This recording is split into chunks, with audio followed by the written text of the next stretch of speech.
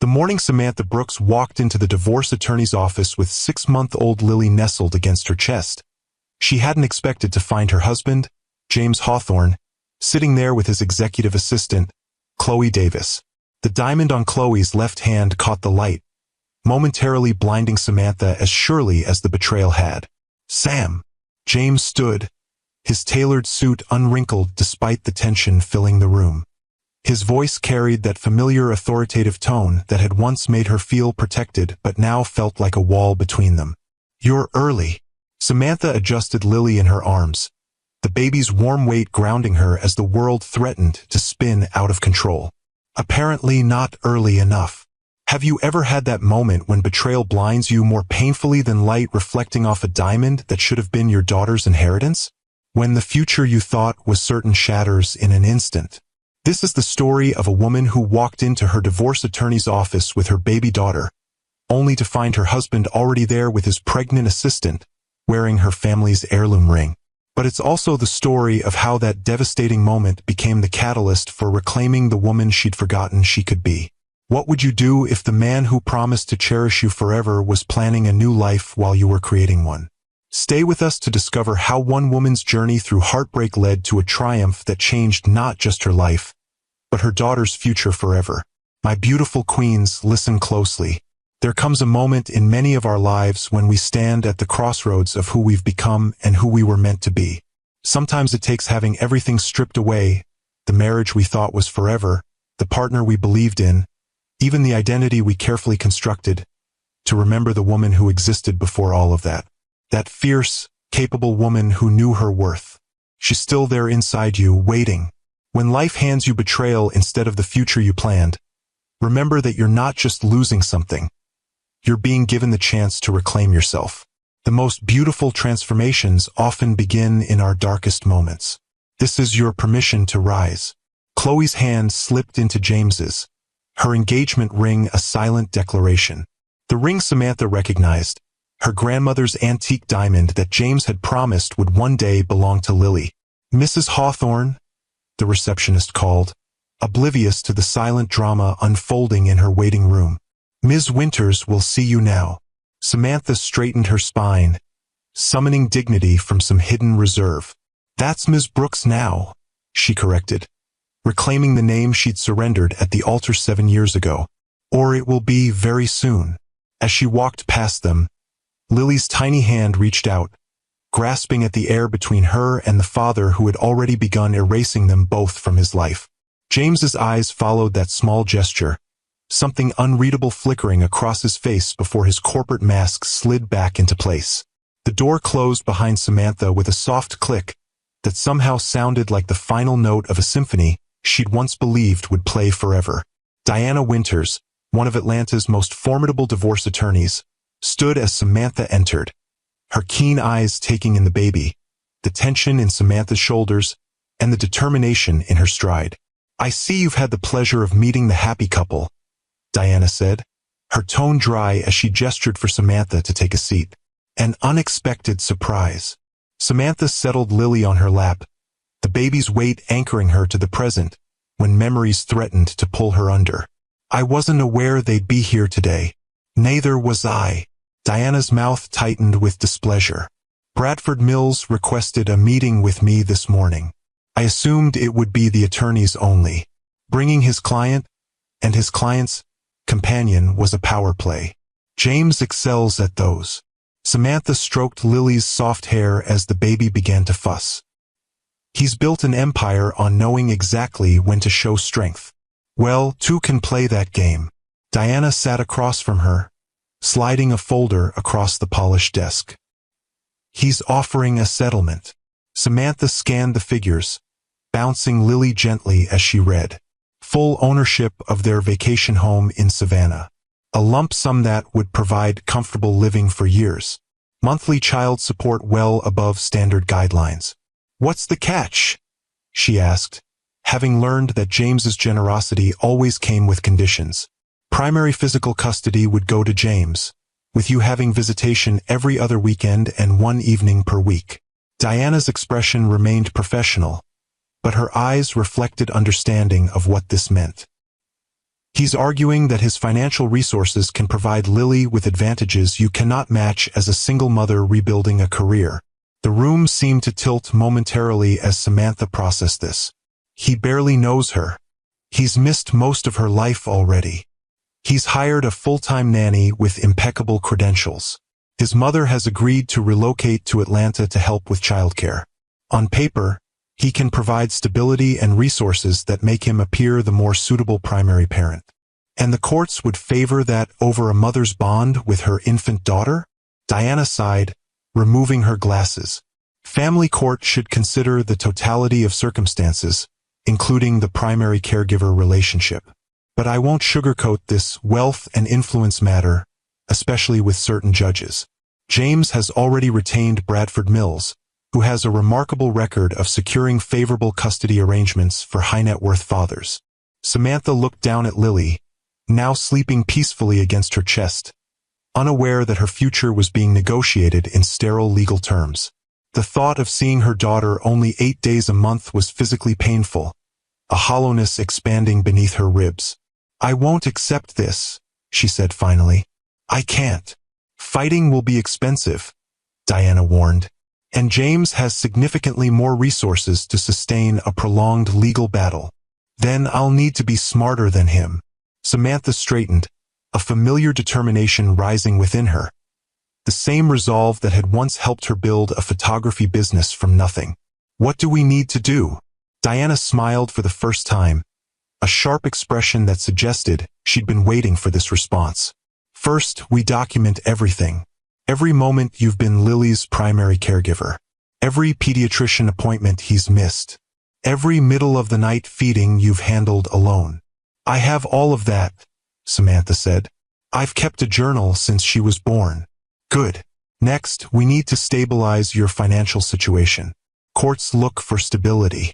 Are you working currently?" "I've started rebuilding my photography business. I have 3 corporate clients and a wedding booked next month." "Excellent. We'll need to demonstrate that you can provide for Lily independently." Diana made notes as she spoke. "And your living situation?" "A 2-bedroom apartment near Piedmont Park. It's small but in a good school district." "Perfect. Now, about James's relationship with his new fiancée." Diana's tone sharpened. "When did that begin, exactly?" 6 months before Lily was born. While I was pregnant." The words still tasted bitter. "Yes, and she was at our home multiple times during my pregnancy, sitting across from me at dinner parties while they were—" Samantha trailed off, mindful of Lily's presence even in sleep. "This changes our approach considerably." Diana set down her pen. "Judges tend to take a dim view of infidelity, particularly when it begins during a pregnancy. It speaks to character and judgment, both relevant factors in custody determinations." For the first time since walking into the attorney's office, Samantha felt a flicker of hope. "So we have a chance?" "More than a chance." Diana's expression was resolute. "But this will get ugly before it gets better. James won't relinquish control easily, and men in his position are accustomed to winning." "I'm not afraid of ugly," Samantha replied, thinking of the beautiful photographs she'd taken in her career, many capturing profound emotion amid difficult circumstances. Sometimes the most important truths aren't pretty. 12 years earlier, Samantha had been behind her camera at the Atlanta Children's Hospital Charity Gala, focusing her lens on the city's elite as they performed philanthropy with varying degrees of sincerity. Most faces showed the same practiced smiles, the same careful positioning to ensure their good deeds were properly documented. Then James Hawthorne had entered the frame. "Could you not do that?" he'd asked, noticing her camera trained on him as he knelt to speak with a young patient in a wheelchair, away from the main crowd. "Do what?" Samantha had lowered her camera slightly, intrigued by his request when most attendees practically posed for her. "Take photos when I'm actually talking to the kids.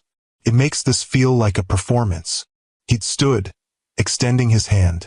"James Hawthorne, I know who you are." Everyone in Atlanta knew the founder of Hawthorne Innovations, whose cardiac devices had revolutionized treatment options. "Samantha Brooks, and I wasn't photographing you for the publicity shots." That moment was Different. Different how? His eyes had narrowed, suspicious. Genuine. She'd shrugged, unapologetic. Most people here are performing charity. You were just being kind when you thought no one was watching. Something in his expression had shifted, surprise replacing irritation. May I see? She turned her camera, showing him the display. The image captured him mid-conversation with the child, his expression attentive and respectful. No trace of condescension or the self-awareness that often accompanied charitable interactions. You made me look human, he'd said, genuine surprise in his voice. Most photographers just capture the suit. I photograph people, not positions, Samantha had replied, unintimidated by his reputation or wealth. There's always a person behind the power. He'd studied her then, really looked at her in a way that made her feel both seen and slightly unnerved. Would you have dinner with me tomorrow? I don't date subjects, she'd replied automatically. Then don't bring your camera. His smile had transformed his face, softening the sharp lines of success and ambition. Just bring yourself. Against her better judgment, she'd said yes. Their courtship had been a whirlwind of private jets to weekend getaways, intimate dinners and restaurants closed to accommodate them, and long conversations that stretched until dawn. James had shown her a world of privilege she'd only glimpsed through her camera lens, while she'd shown him how to see beauty in ordinary moments. Look, she'd said one evening, pointing to an elderly couple on a park bench, holding hands as they fed pigeons. That's what real wealth looks like. James had watched them, his expression thoughtful. 50 years together and still choosing each other every day. Exactly. She'd squeezed his hand. All your billions can't buy that. No, he'd agreed, turning to face her. But they can help me build a life where I have time for moments like that. Where we have time. 6 months after they'd met, he'd taken her to the rooftop of his penthouse overlooking the Atlanta skyline. Dinner had been served by a private chef. Champagne poured as the sun set, and the city lights began to mirror the emerging stars. You've changed me, he told her as he dropped to one knee, opening a velvet box to reveal a vintage diamond ring. I've spent my life building things, acquiring things. You've taught me to actually see what matters. The ring had belonged to his grandmother. He'd explained, a woman who'd maintained her artistic spirit despite marrying into a family that valued practicality above all else. She would have loved you, he'd said. She always told me to find someone who would help me see beyond the balance sheet. Samantha had believed him then, had believed in the future they planned together, a partnership of equals despite their different backgrounds and resources. She'd believed him when he said her photography career mattered, when he promised her work wouldn't be sacrificed to his. We'll build something beautiful together, he'd promised as he slid the ring onto her finger. Something that matters more than any company or fortune. Now, as Samantha left Diana's office, carefully navigating the heavy door while balancing Lily and her diaper bag, she caught sight of James and Chloe entering the parking garage. They moved in perfect sync, two ambitious people with aligned goals and compatible visions. Once, she had moved through the world with that same confidence at James's side. But watching them now, Samantha realized something that sent an unexpected wave of clarity through her confusion and pain. What she was mourning wasn't just the end of her marriage or the family she'd imagined for Lily. She was mourning the woman she'd allowed herself to become, someone who had gradually surrendered her own vision to support someone else's. We're going to be okay, she whispered to Lily, who stirred slightly at the sound of her mother's voice. Better than okay. We're going to remember who we really are. The first strategic move in what Diana called the custody chess match came 3 weeks later. James filed an emergency motion requesting temporary primary custody of Lily, claiming Samantha's work schedule created an unstable environment for their daughter. He's citing your evening photography sessions and weekend weddings as evidence that your career choices are incompatible with being a primary caregiver, Diana explained during their emergency meeting. He's offering a more consistent presence through his mother and the nanny. That's absurd, Samantha protested. I schedule everything around Lily's needs. I bring her with me to daytime client meetings. I only book evening sessions when my neighbor Grace can watch her, and Grace has been like a grandmother to her.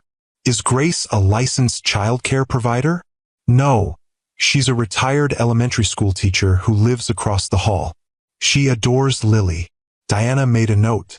We'll need to address the childcare arrangement.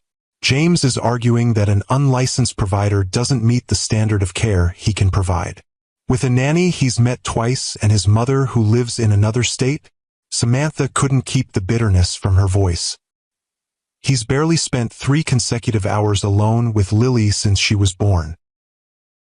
Which is why we're filing our countermotion today. Diana slid a document across the desk. We're requesting that the court appoint a guardian ad litem, an independent attorney who will represent Lily's interests and investigate both home environments. Will that help us? A good guardian ad litem will see through surface advantages to the underlying relationships. They'll observe interactions, interview caregivers, review records. They'll notice if James is performing parenthood rather than living it. The hearing for both motions was scheduled for the following week. Barely enough time for Samantha to prepare. She spent those days documenting every aspect of Lily's routine, gathering statements from her pediatrician, creating a portfolio that captured the life she'd built for her daughter despite limited resources. The morning of the hearing, Samantha dressed with deliberate care. A modest navy dress that projected both professionalism and maternal warmth, minimal jewelry, subtle makeup that couldn't be criticized as either too glamorous or too neglectful. Every choice calculated to counter the narrative James was constructing. In the courthouse hallway, she spotted him immediately, commanding attention in a perfectly tailored charcoal suit. Chloe at his side in cream silk that probably cost more than Samantha's monthly rent. The contrast was exactly what James had intended: success and stability versus struggle and uncertainty. Samantha, he approached with the confidence of someone unaccustomed to losing. You're looking well. Thank you. She kept her response neutral, aware that every interaction could potentially be reported to the judge. James glanced at the baby carrier where Lily slept peacefully. How is she? She's thriving. She rolled over completely yesterday for the first time. Something flickered across his face. Regret, perhaps, or simple recognition of another milestone missed. I'm glad to hear it. Diana appeared at Samantha's side, a steadying presence. We should go in. Judge Harlow is known for starting precisely on time. As they entered the courtroom, Samantha felt a surge of determination. This wasn't just about custody arrangements or visitation schedules. This was about fighting for her daughter's right to be raised by someone who saw her as a person, not a possession or a pawn. If you've ever had to rebuild yourself after someone tried to break you, hit that like button and share this with a sister who needs to hear this message. The courtroom fell silent as Judge Eleanor Harlow entered, her reputation for no-nonsense efficiency preceding her. At 62, she'd presided over family court for nearly 2 decades, her silver hair and penetrating gaze lending her an air of authority that commanded respect. We're here regarding the matter of Hawthorne versus Brooks, she stated, reviewing the documents before her. Emergency motion for temporary custody filed by Mr. Hawthorne. Counter motion for appointment of a guardian ad litem filed by Ms. Brooks. She looked up, surveying both parties. Mr. Mills, you may present your client's position first. Bradford Mills rose, the picture of polished confidence in his bespoke suit. Your Honor, my client, James Hawthorne, is seeking temporary primary custody of his daughter, Lily, due to concerns about the unstable environment created by Ms. Brooks's unpredictable work schedule. As CEO of Hawthorne Innovations, Mr. Hawthorne can provide consistent care through qualified professionals, ensuring Lily's needs are met with the highest standard of attention. Samantha watched as Mills presented a carefully crafted narrative, her photography career portrayed as erratic and self-indulgent, her modest apartment described as inadequate compared to the family home, her childcare arrangement with Grace characterized as casual and unprofessional. Each word was technically accurate but twisted to create an impression of instability and insufficiency. Furthermore, Mills continued, Mr. Hawthorne's mother, Eleanor Hawthorne, has relocated to Atlanta specifically to assist with Lily's care, providing the kind of family support that Ms. Brooks, as an only child with deceased parents, simply cannot offer. The casual mention of her parents' deaths A car accident 5 years earlier that still haunted Samantha's dreams felt like a deliberate wound. She gripped the edge of the table, forcing herself to remain composed as Mills continued his methodical dismantling of her fitness as a mother. When Diana's turn came, she approached the podium with quiet confidence. "Your Honor, what we've just heard is a masterclass in how wealth can be weaponized in custody disputes. The reality is that Samantha Brooks has been Lily's primary caregiver since birth, while Mr. Hawthorne has been, at best, a visitor in his daughter's life." Diana presented the documentation Samantha had prepared, pediatrician records showing James's absence from appointments, the detailed journal of Lily's care, statements from clients who had observed Samantha's careful balancing of motherhood and career rebuilding. As for the child care arrangement with Ms. Grace Wilson, she is a retired elementary school teacher with 40 years of experience in child development.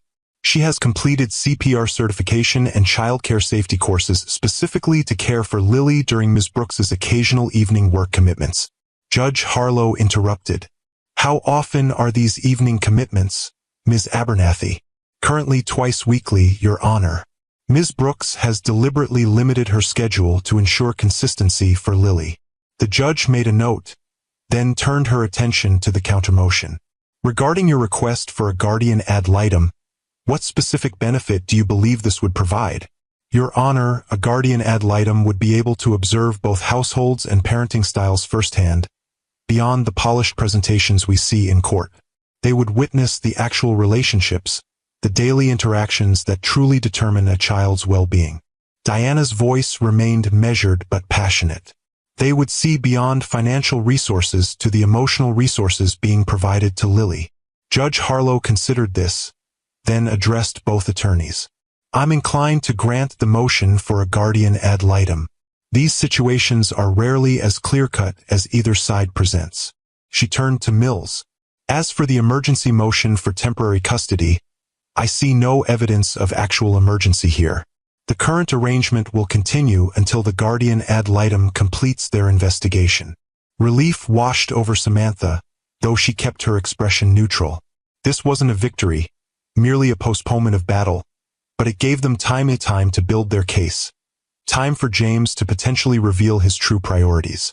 "I'm appointing Morgan Chun as guardian ad litem," Judge Harlow continued.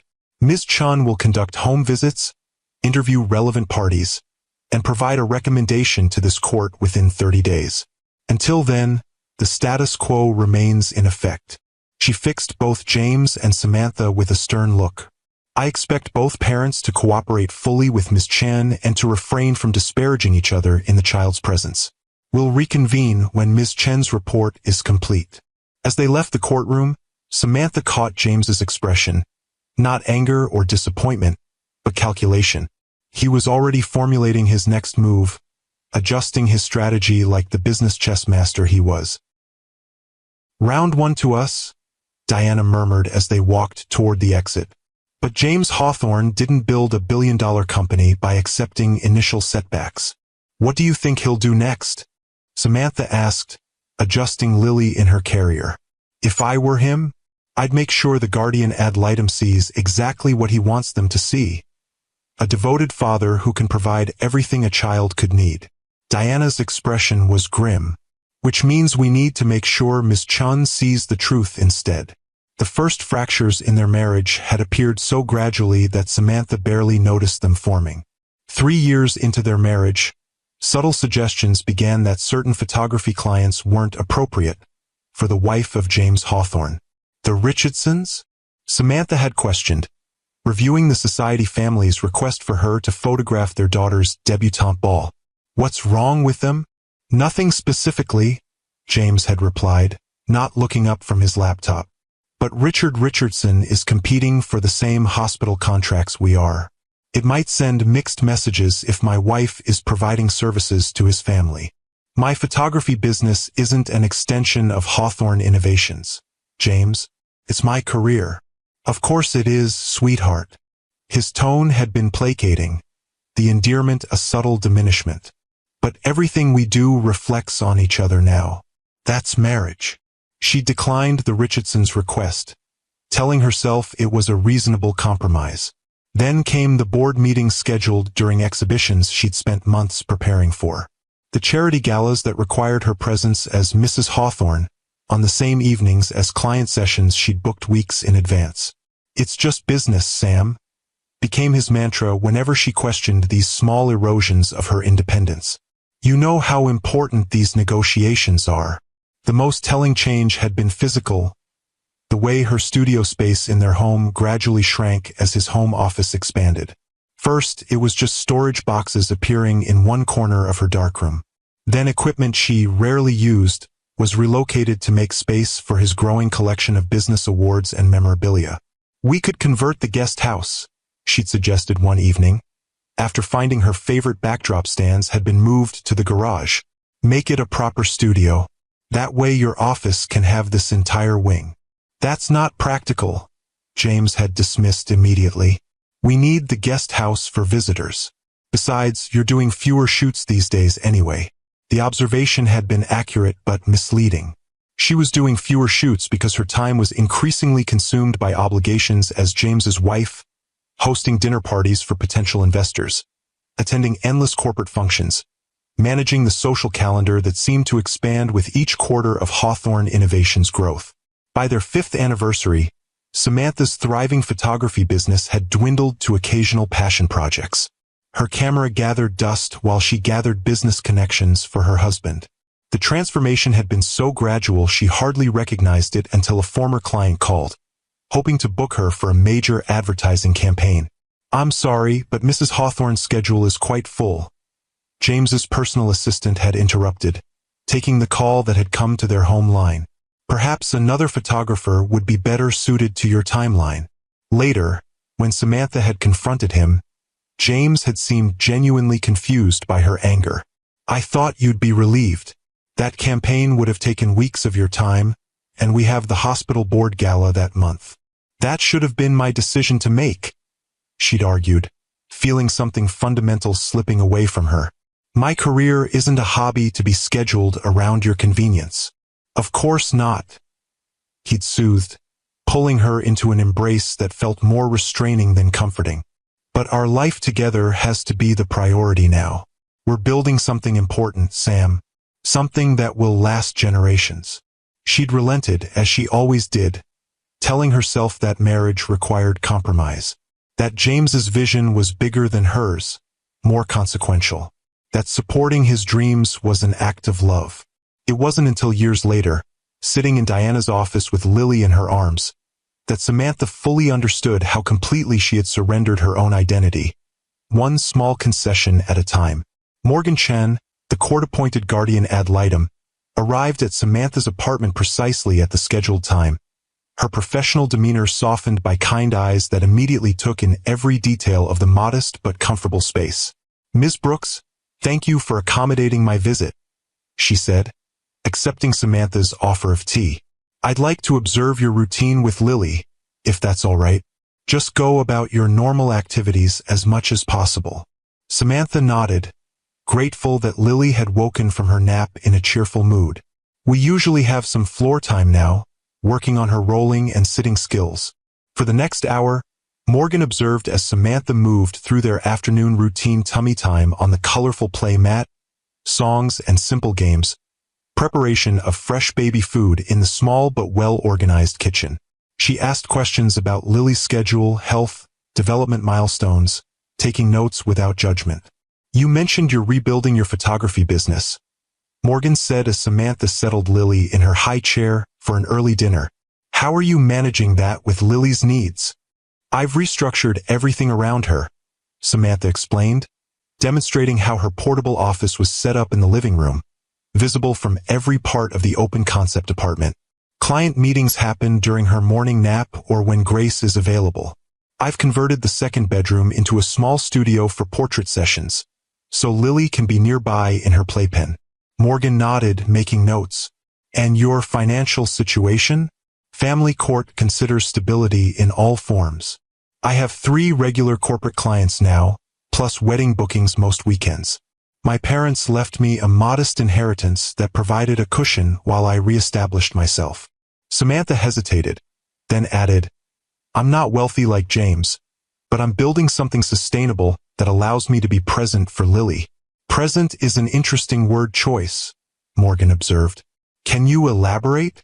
James can provide Lily with every material advantage. The best schools, extracurricular activities, travel opportunities. What he can't provide is himself. Samantha chose her words carefully, aware of the fine line between honest assessment and appearing vindictive. Even before our separation, he was rarely home before Lily's bedtime. His work has always come first. That's a common challenge for many executives, Morgan noted neutrally. The difference is that James doesn't see it as a challenge to overcome. He sees it as the natural order of things. His career takes precedence, and others adapt around it. Samantha met Morgan's gaze directly, including his daughter. As the visit concluded, Morgan paused at the door. I'll be seeing Lily with her father tomorrow. Is there anything specific about her routine or preferences I should know to make the transition smoother? The question revealed a compassion that gave Samantha hope. This wasn't just a procedural evaluation. Morgan genuinely cared about Lily's experience. She gets overwhelmed with too much stimulation, Samantha offered. James tends to overcompensate during his limited time with her. Too many toys, too many activities. It usually ends with her overtired and fussy. Morgan made a final note. Thank you for your candor, Ms. Brooks. I'll be in touch if I have additional questions. After she left, Samantha sat with Lily on her lap, the baby contentedly playing with a wooden teething ring. What do you think, little one? Did we make a good impression? Lily responded with a drooly smile that momentarily eased the knot of anxiety in Samantha's chest. Whatever performance James might orchestrate tomorrow, Morgan Chun struck her as someone who could see beyond surface appearances to the truth beneath. The truth that had taken Samantha herself too long to recognize, that love wasn't measured in material provisions or social advantages, but in the consistent, ordinary moments of care that built a child's sense of security and worth. When Samantha discovered she was pregnant after years of trying, she had hoped the baby would bring back the James she'd fallen in love with. For a few precious months, it seemed to work. He attended every doctor's appointment, converted a room adjacent to their bedroom into a nursery, even suggested she set up a new darkroom to document their child's early years. This changes everything, he'd whispered the first time he felt the baby kick, his hand warm against Samantha's rounded belly. Nothing matters more than family. She'd believed him, had seen the wonder in his eyes during ultrasound appointments, had felt his genuine excitement as they prepared for their child's arrival. For the first time in years, James had seemed fully present. His ambition temporarily redirected from corporate conquest to creating the perfect environment for their baby. The nursery had been his special project, designed with the same attention to detail he brought to product launches. He'd consulted with child development experts, researched the safest materials, created a space that was both beautiful and functional. When he presented the completed room to Samantha, pride radiating from him, she'd glimpsed again the man she'd married, someone capable of seeing beyond balance sheets to the human experiences that gave life meaning. I want our child to have everything, he'd told her, his arm around her expanding waist as they stood in the doorway of the perfect nursery. Not just material things, but the security of knowing they're cherished, that they matter more than any business deal or corporate milestone. Lily Grace Hawthorne arrived during a spring thunderstorm, tiny and perfect with her father's intense blue eyes and her mother's determined chin.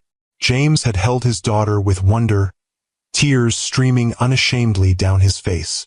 She's miraculous, he'd whispered, one finger gently tracing the curve of Lily's cheek. How did we create something so perfect? For 6 weeks, he'd been the devoted father Samantha had always imagined, rearranging meetings to be home for bedtime, bringing work home rather than staying late at the office. He'd learned to change diapers, prepare bottles, soothe Lily's fussing with a patience Samantha had never seen him display in business contexts. Then Hawthorne Innovations had faced its first major crisis under his leadership. A competitor filed a patent infringement lawsuit that threatened their newest cardiac device, and with it, the company's future. James disappeared into 18-hour workdays, emergency board meetings, and closed-door strategy sessions with his legal team. It's temporary, he'd promised, kissing Samantha's forehead distractedly as he left before dawn. Once this is resolved, everything goes back to normal. But normal never returned. As the lawsuit dragged on, James's absences grew longer, his rare appearances at home more distracted. Chloe Davis, his newly hired executive assistant, began calling the house at all hours, her voice growing increasingly familiar, increasingly intimate. "James asked me to let you know he won't be home tonight," became a regular message, delivered with a subtle note of satisfaction that made Samantha's skin crawl. The night Samantha found the text messages, Lily was 4 months old and running a fever. She'd been trying to reach James for hours, increasingly worried about their daughter's listless whimpering. When his phone went straight to voicemail for the 12th time, she'd used his tablet to email him, and found the message thread with Chloe still open. "I've never felt this way about anyone. What we have is real. I know, but I need time to figure out how to handle this. She doesn't deserve to be hurt. You deserve happiness. We deserve a chance."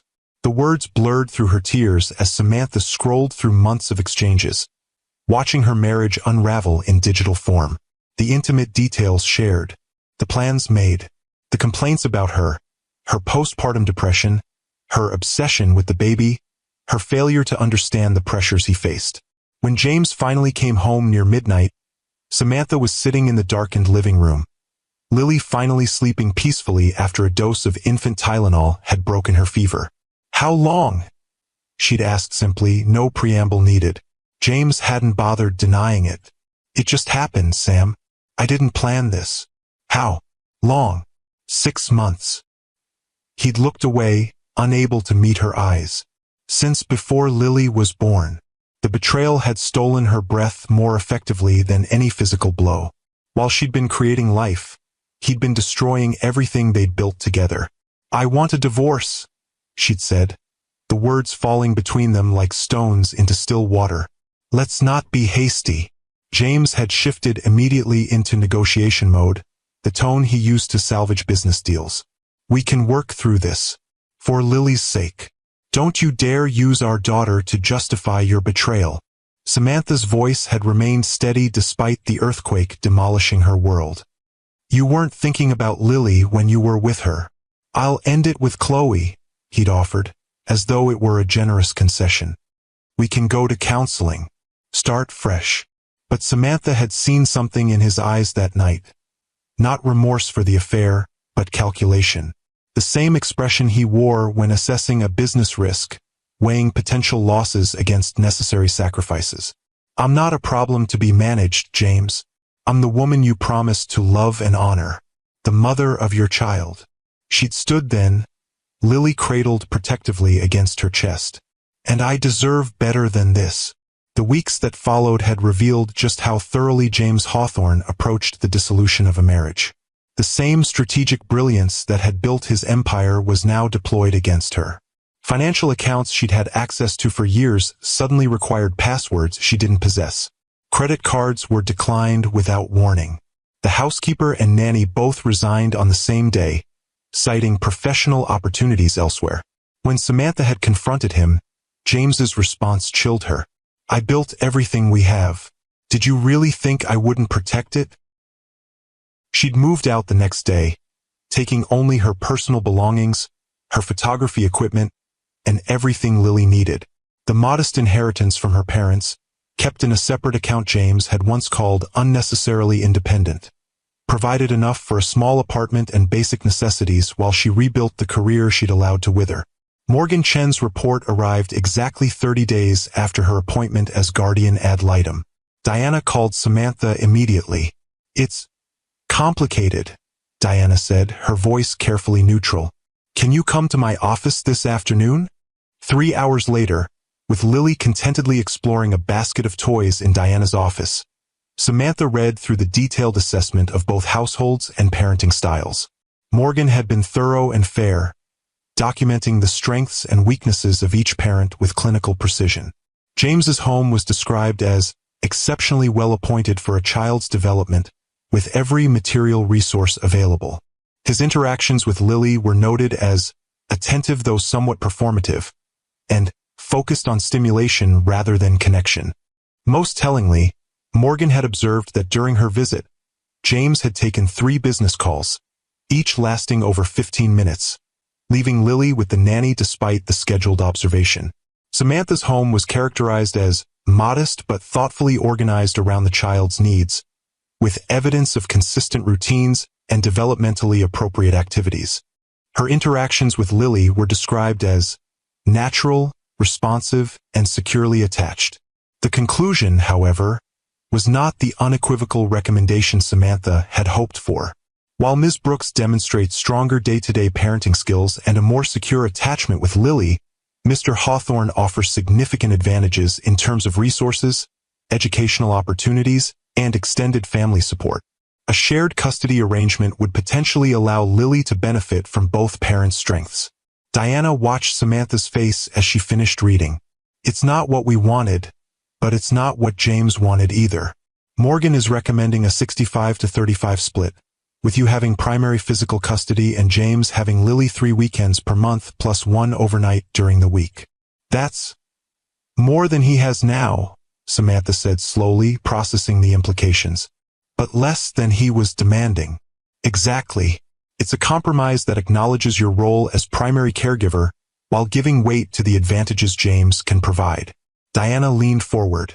The question is, do we accept this recommendation or fight for more at the hearing? Samantha looked at Lily, now babbling happily to herself as she stacked colorful blocks. What are our chances if we push for more? Honestly, it depends on the judge. Morgan's report is balanced enough that Judge Harlow could reasonably rule either way. If we accept the recommendation, we secure your position as primary custodian. If we fight, Diana hesitated. James has the resources to drag this out indefinitely. And Lily is caught in the middle the entire time. Samantha sighed, the weight of the decision heavy on her shoulders. What would you do if it were your child? Diana removed her glasses, her professional demeanor softening. I'd secure primary custody now and build from there. Once the court establishes you as the primary parent, it becomes the status quo. Any future modifications would require James to prove a significant change in circumstances. So we accept the recommendation? Strategically, yes, but with one important addition. Diana's expression turned shrewd. We request that the court formally acknowledge the timeline of James's relationship with Chloe, specifically that it began during your pregnancy. It may not change the custody recommendation, but it creates an official record of his character that could be valuable if he ever seeks to modify the arrangement. Samantha nodded, a plan forming in her mind. And we request first right of refusal for childcare. Meaning, if James can't personally be with Lily during his parenting time, I get offered the opportunity to care for her before he can use the nanny or his mother. Samantha straightened, feeling more in control than she had in months. If he's truly committed to being an involved father, he'll have no objection. If this is about control rather than parenting, we'll see it in his response. Diana smiled, a flash of admiration in her eyes. Exactly the kind of strategic thinking we need. I'll draft our response today. As Samantha gathered Lily and prepared to leave, Diana added, There's one more thing you should know. Morgan noted in her report that during her visit with James, she observed tension between James's mother and Chloe. Apparently, Eleanor Hawthorne doesn't entirely approve of her son's new relationship, or how it began. That's surprising. Eleanor has always supported James unconditionally. Even the most supportive mothers have their limits, it seems. It might be nothing, but it's an interesting dynamic to be aware of. Samantha considered this unexpected information as she strapped Lily into her car seat. Eleanor Hawthorne had always been politely distant during their marriage, respectful but never warm, as though reserving judgment on whether Samantha was truly worthy of her son. The idea that she might disapprove of Chloe was intriguing, a potential crack in James's carefully constructed narrative of his perfect new life. The custody hearing was scheduled for a crisp October morning, the Atlanta skyline visible through the courthouse windows as Samantha prepared for what Diana had described as the performance of your life. Remember, Diana murmured as they waited outside the courtroom, Judge Harlow will be watching not just what you say, but how you interact with James, with Lily, with the entire process. Every expression, every gesture communicates something about your character and priorities. Samantha nodded, adjusting Lily on her hip. At 10 months old, her daughter was becoming more aware of her surroundings, her curious eyes taking in the unfamiliar environment with interest rather than anxiety. Samantha had dressed her in a simple but pretty outfit, nothing ostentatious that might suggest using her as a prop, but neat and well cared for to counter any impression of neglect. James arrived with his usual entourage, Bradford Mills, Chloe at his side despite the inappropriateness of her presence at a custody hearing, and to Samantha's surprise, Eleanor Hawthorne. The older woman's expression was unreadable as she approached, her attention focused entirely on Lily. "She's grown so much," Eleanor said softly, reaching out to touch Lily's cheek. "She has your chin, Samantha. Would you like to hold her?" Samantha offered, recognizing the genuine longing in the older woman's eyes. "She's been asking for Gamma when we look at photos." Something flickered across Eleanor's face. Surprise, perhaps, or gratitude. "You show her my picture?" "Of course. You're her grandmother, regardless of what's happening between James and me." Eleanor took Lily carefully, her practiced elegance momentarily softening as the baby patted her face with curious hands. "Hello, precious girl. Grandma's missed you." From across the hallway, Samantha caught James watching the interaction, his expression complex, part irritation, part confusion, as though he hadn't anticipated this moment of connection between his mother and his estranged wife. Inside the courtroom, Judge Harlow reviewed Morgan Chen's report thoroughly before addressing both parties. "I've considered Ms. Chen's recommendations carefully. Before making my ruling, I'd like to hear directly from both parents regarding their acceptance or objections to the proposed arrangement." Bradford Mills rose first. "Your Honor, while Mr. Hawthorne appreciates Ms. Chen's diligence, he believes the proposed 65-35 split undervalues the significant advantages he can provide for Lily's development and future opportunities. We respectfully request a 50-50 shared custody arrangement as more equitable and beneficial for the child." Judge Harlow's expression remained neutral as she turned to Diana. "Ms. Abernathy? Your Honor, Ms. Brooks is prepared to accept Ms. Chen's recommendation regarding the physical custody split, with two important additions." Diana outlined their requests: the formal acknowledgement of James's affair during Samantha's pregnancy and the first right of refusal for childcare during his parenting time. Judge Harlow considered this, then addressed James directly. "Mr. Hawthorne, do you have any objection to the first right of refusal provision?" James conferred briefly with Mills before responding. "Your Honor, while I appreciate Ms. Brooks's desire to maximize her time with our daughter, such an arrangement would be logistically complicated given my work schedule and would potentially disrupt Lily's routine. The nanny and my mother provide consistent care that allows for stability during my parenting time. So your objection is based on convenience rather than principle?" Judge Harlow's tone was neutral, but her question cut to the heart of the matter. "My objection is based on what's best for Lily," James replied smoothly. "Consistency and stability are paramount at her age." Judge Harlow made a note, then addressed the second request. "Regarding the formal acknowledgement of the timeline of Mr. Hawthorne's relationship with Ms. Davis, Mr. Mills, your response?" Mills rose again. "Your Honor, the circumstances of Mr. Hawthorne's current relationship are irrelevant to his ability to parent effectively. We object to this request as an attempt to prejudice the court against my client based on personal matters unrelated to custody considerations." "Ms. Abernathy?" Judge Harlow turned to Diana. "Your Honor, character and judgment are absolutely relevant to parenting. Mr. Hawthorne began an extramarital affair while his wife was pregnant with their child. This speaks directly to his priorities and decision-making, both of which impact his daughter's well-being." The courtroom fell silent as Judge Harlow considered both arguments. Finally, she spoke. "I'm prepared to rule on the custody arrangement. Based on Ms. Chen's report and the arguments presented today, I find that Lily's best interests are served by maintaining Ms. Brooks as her primary custodial parent." Samantha felt a wave of relief wash over her, though she kept her expression composed. The court orders a custody split of 70-30, with Ms. Brooks having primary physical custody and Mr. Hawthorne having Lily 2 weekends per month, plus 1 overnight visit during the week. Judge Harlow's voice was firm as she continued. Additionally, the court grants Ms. Brooks first right of refusal for childcare during Mr. Hawthorne's parenting time, with a minimum 2-hour notice required except in emergencies. James's jaw tightened visibly, but he remained silent as the judge continued. Regarding the request for formal acknowledgement of Mr. Hawthorne's relationship timeline, the court notes for the record that this relationship began during Ms. Brooks's pregnancy, a fact not disputed by either party. While this does not directly impact the custody determination, it is relevant to the court's assessment of judgment and character. Judge Harlow looked directly at James.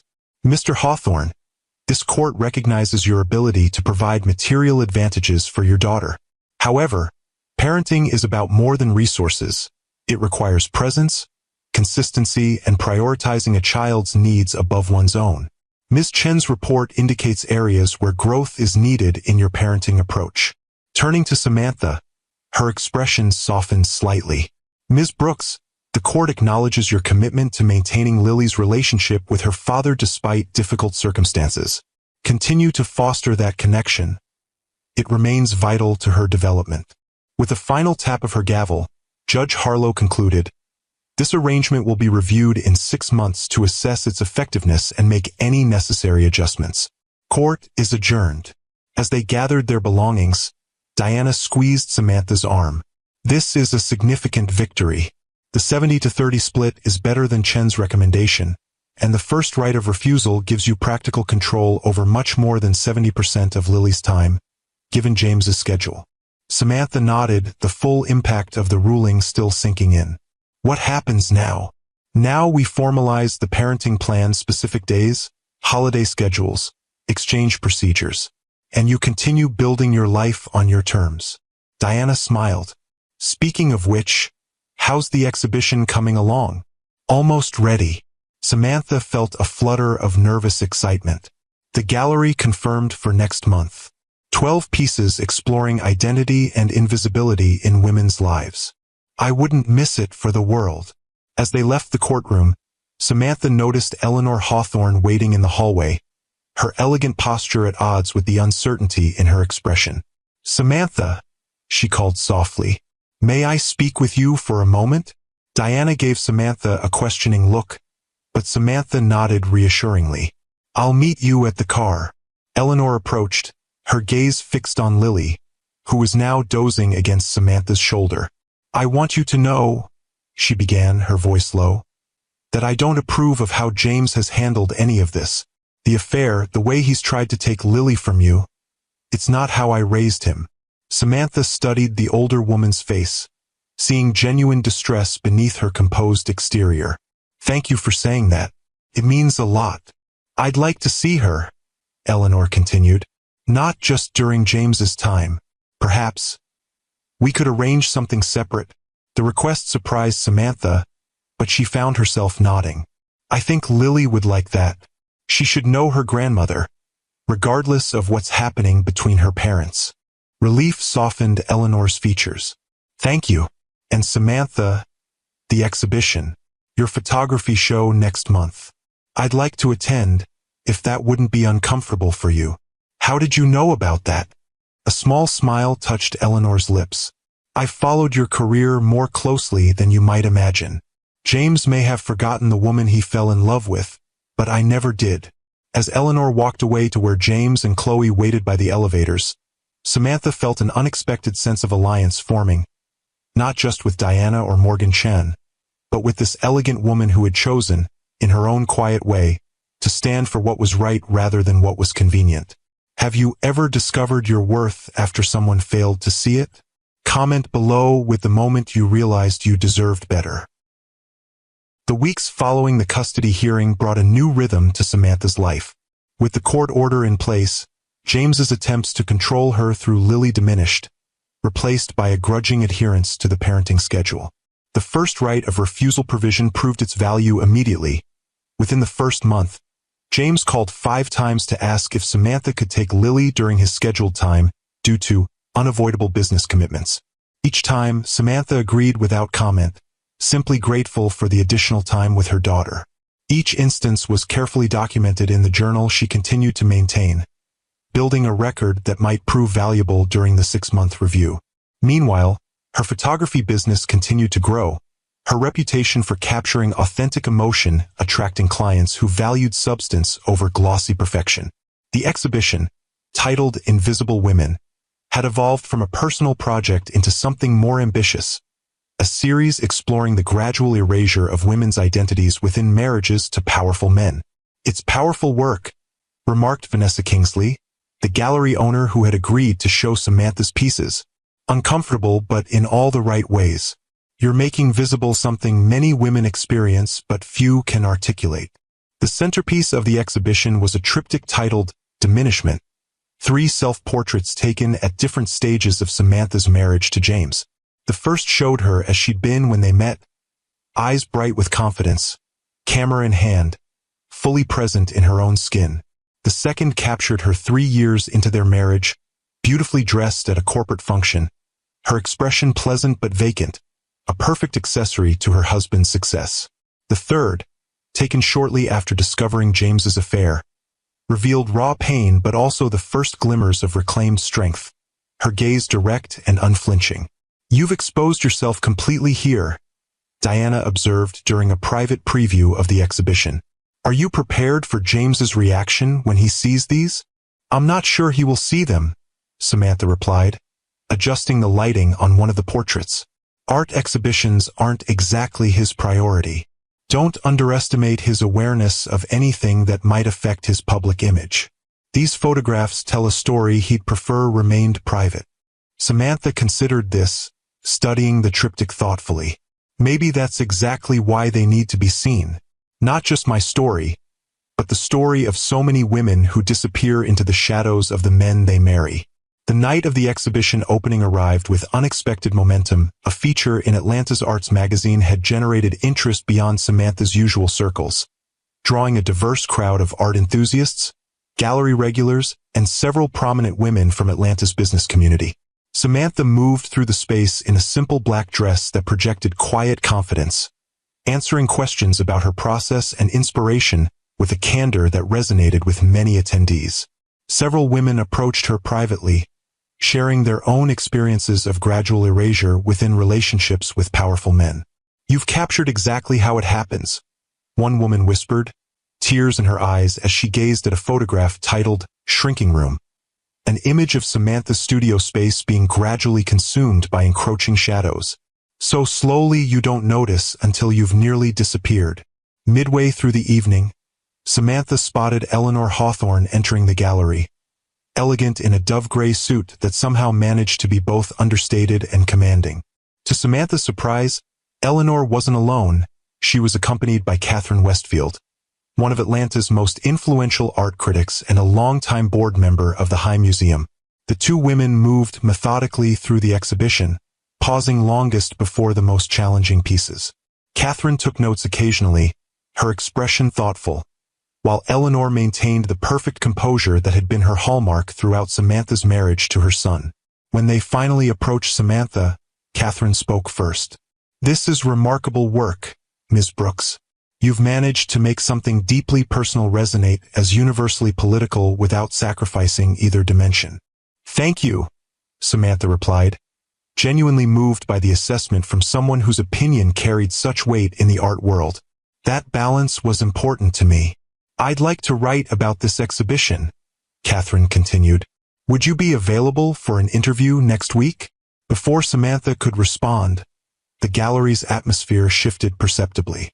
She turned to see James standing in the entrance, his expression darkening as he took in the crowded space and the photographs on display. Chloe was notably absent, a calculated decision, Samantha suspected, to avoid providing additional fodder for the narrative the exhibition was already constructing. "I should greet my son," Eleanor said quietly. "Catherine, perhaps you could continue your conversation with Samantha while I attend to this?" As Eleanor moved gracefully toward James, Catherine smiled conspiratorially. "Eleanor mentioned you might appreciate some positive press." I'm happy to oblige. Your work deserves recognition entirely on its merits. Across the room, Samantha watched as Eleanor intercepted James, her hand on his arm guiding him toward a less provocative series of landscapes rather than the more personal portraits.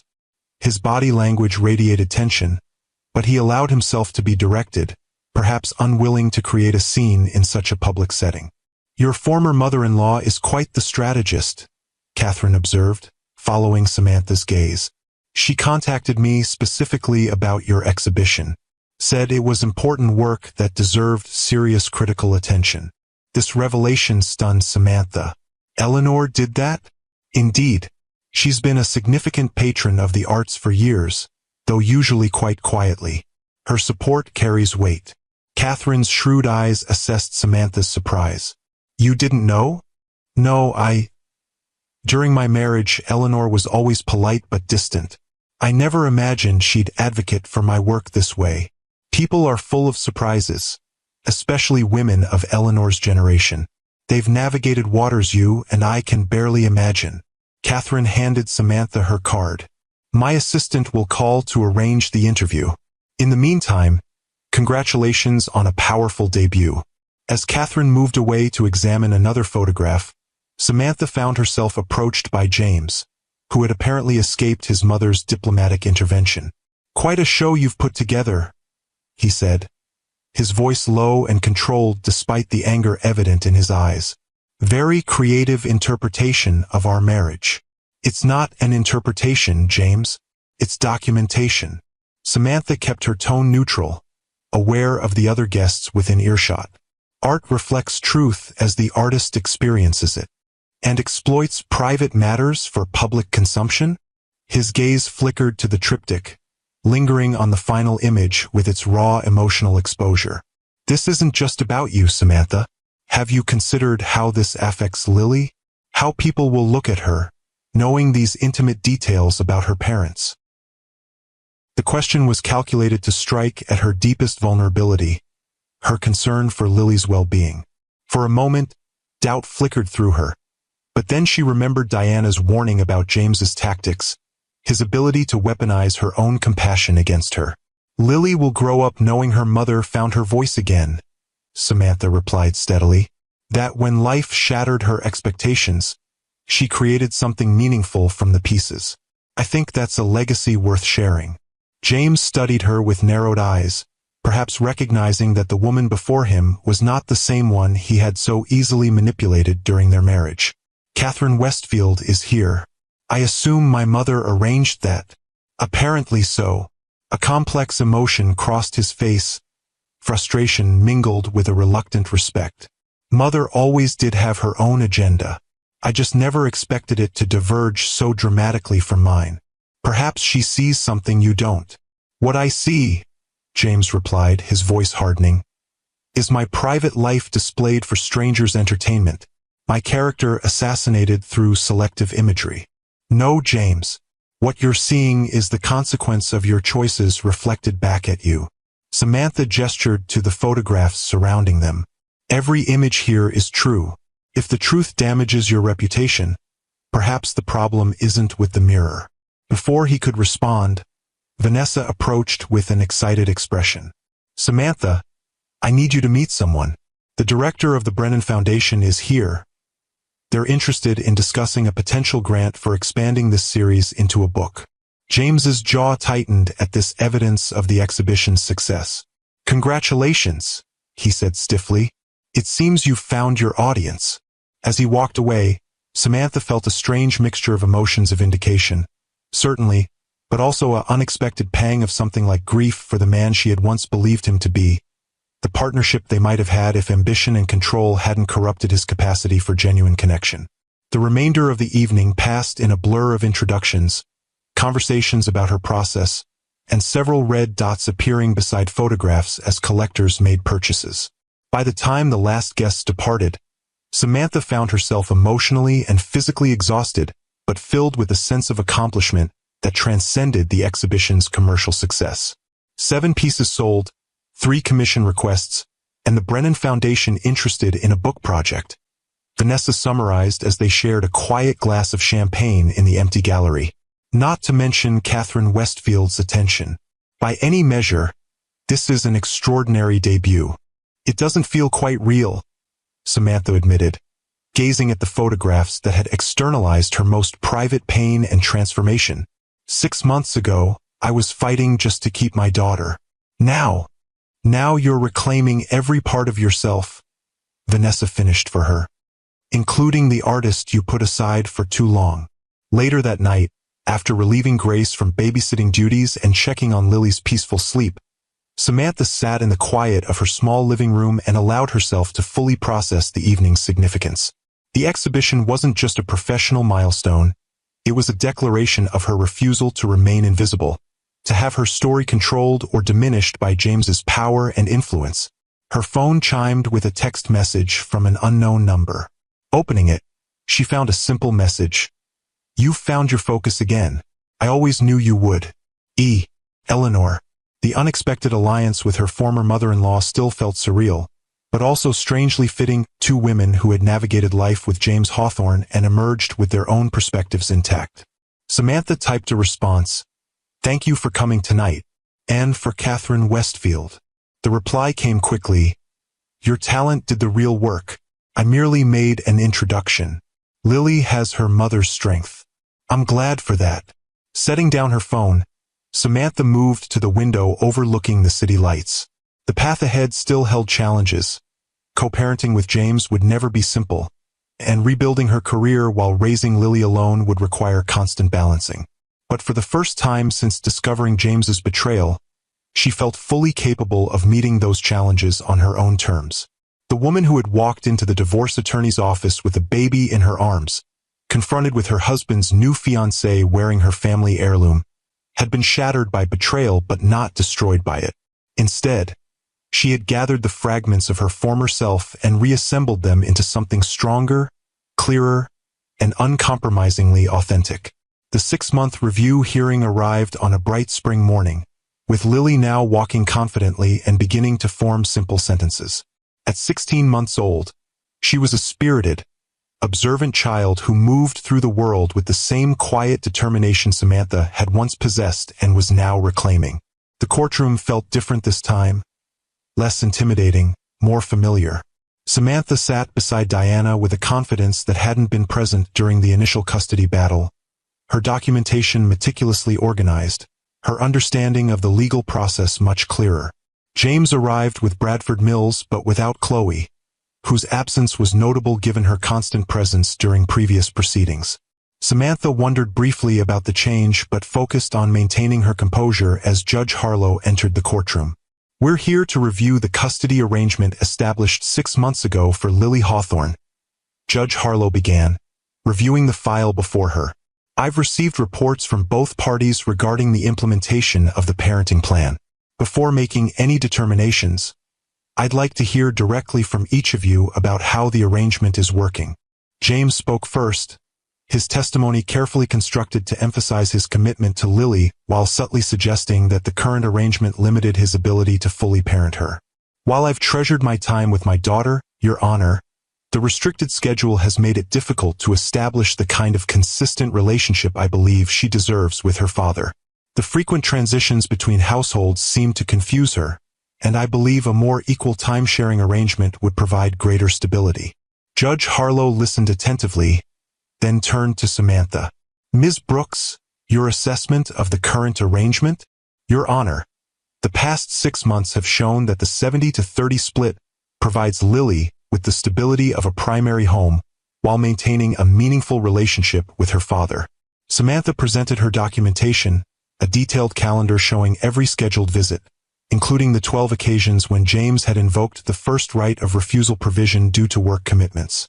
"As you can see, Mr. Hawthorne has been unable to personally care for Lily during approximately 40% of his allocated parenting time. This isn't a criticism. His work is demanding and important, but it does demonstrate that increasing his parenting time would primarily mean increasing Lily's time with caregivers rather than with her father." Judge Harlow reviewed the calendar thoughtfully. "Mr. Hawthorne, would you like to respond to this documentation?" James conferred briefly with Mills before addressing the court. "Your Honor, While my professional responsibilities do occasionally require schedule adjustments, I've made significant efforts to reorganize my priorities since our last hearing. I've implemented a new policy at Hawthorne Innovations limiting evening meetings and have declined 3 international trips specifically to maintain my parenting schedule with Lily. That's commendable, Judge Harlow acknowledged. However, the documentation suggests these adjustments haven't fully addressed the issue. She turned back to Samantha. Beyond the scheduling concerns, how would you characterize Lily's relationship with her father? Lily loves her father, Samantha replied honestly. When James is fully present with her, they have a beautiful connection. My concern isn't about their relationship but about consistency and priorities. Judge Harlow nodded, making notes before addressing both parents. Has there been any significant change in circumstances that would warrant modifying the current arrangement? This was the critical legal standard. Without a substantial change in circumstances, courts typically maintained existing custody orders to provide stability for the child. Yes, Your Honor, James responded immediately. My mother has permanently relocated to Atlanta specifically to support Lily's care, providing additional family stability. Furthermore, I've adjusted my work schedule to accommodate more consistent parenting time, as I've mentioned. Ms. Brooks, Judge Harlow turned to Samantha. Your Honor, while Mr. Hawthorne's mother's relocation is positive for Lily, it doesn't constitute a change in circumstances that would justify disrupting the stability Lily has in her current arrangement. The documentation shows that despite his stated intentions, Mr. Hawthorne's work continues to take precedence over his parenting time in practice. Judge Harlow considered both arguments, reviewing the file once more before delivering her ruling. Having considered the evidence presented and the best interests of the child, the court finds insufficient change in circumstances to warrant modification of the existing custody arrangement. The 70-30 split will remain in effect, with Ms. Brooks maintaining primary physical custody. Relief washed through Samantha, though she kept her expression neutral out of respect for the proceedings. However, Judge Harlow continued, the court acknowledges Mr. Hawthorne's efforts to adjust his schedule and encourages continued flexibility between both parents to maximize Lily's time with each of you when possible. She fixed both of them with a stern look. Co-parenting requires communication and compromise. I expect both of you to prioritize Lily's needs above any personal conflicts. As the hearing concluded, Samantha gathered her documents, aware of James's tightly controlled frustration across the aisle. This was the second time his resources and influence had failed to secure the outcome he wanted, an unfamiliar experience for a man accustomed to bending circumstances to his will. Outside the courtroom, as Diana conferred with the court clerk about finalizing the order, James approached Samantha directly. This isn't over, he said quietly, his tone more resigned than threatening. I'll continue to pursue what's best for Lily. I know you will, Samantha replied, surprising herself with the genuine understanding in her voice. And despite our differences, I believe you love her. That's something I've never doubted, James. He studied her face, perhaps searching for manipulation or sarcasm, but finding only sincerity. Your exhibition, he said after a moment. Catherine Westfield's review was significant. The review had indeed been significant, a full-page feature in the arts section of Atlanta's major newspaper, describing Samantha's work as a powerful exploration of female identity and resilience, and positioning her as an important emerging voice in contemporary photography. It was generous, Samantha acknowledged. It was accurate, James corrected, surprising her. Whatever else has happened between us, your talent was never in question. He hesitated, something like regret flickering across his features. I never gave it the space it deserved. The admission, however limited, was unexpected, a small acknowledgement of his role in diminishing her career during their marriage. Thank you for saying that, Samantha said simply. James nodded once, then glanced at his watch. I have a board meeting. Please tell Lily I'll see her Friday as scheduled. As James walked away, Samantha felt a subtle shift in their dynamic, not reconciliation or forgiveness, but perhaps the first tentative step toward a more functional co-parenting relationship. His acknowledgement of her talent, however brief, suggested a capacity for reflection she hadn't been certain he possessed. Diana rejoined her, eyebrows raised questioningly. "Everything okay?" "I think so," Samantha replied, still processing the interaction. "He actually acknowledged my exhibition.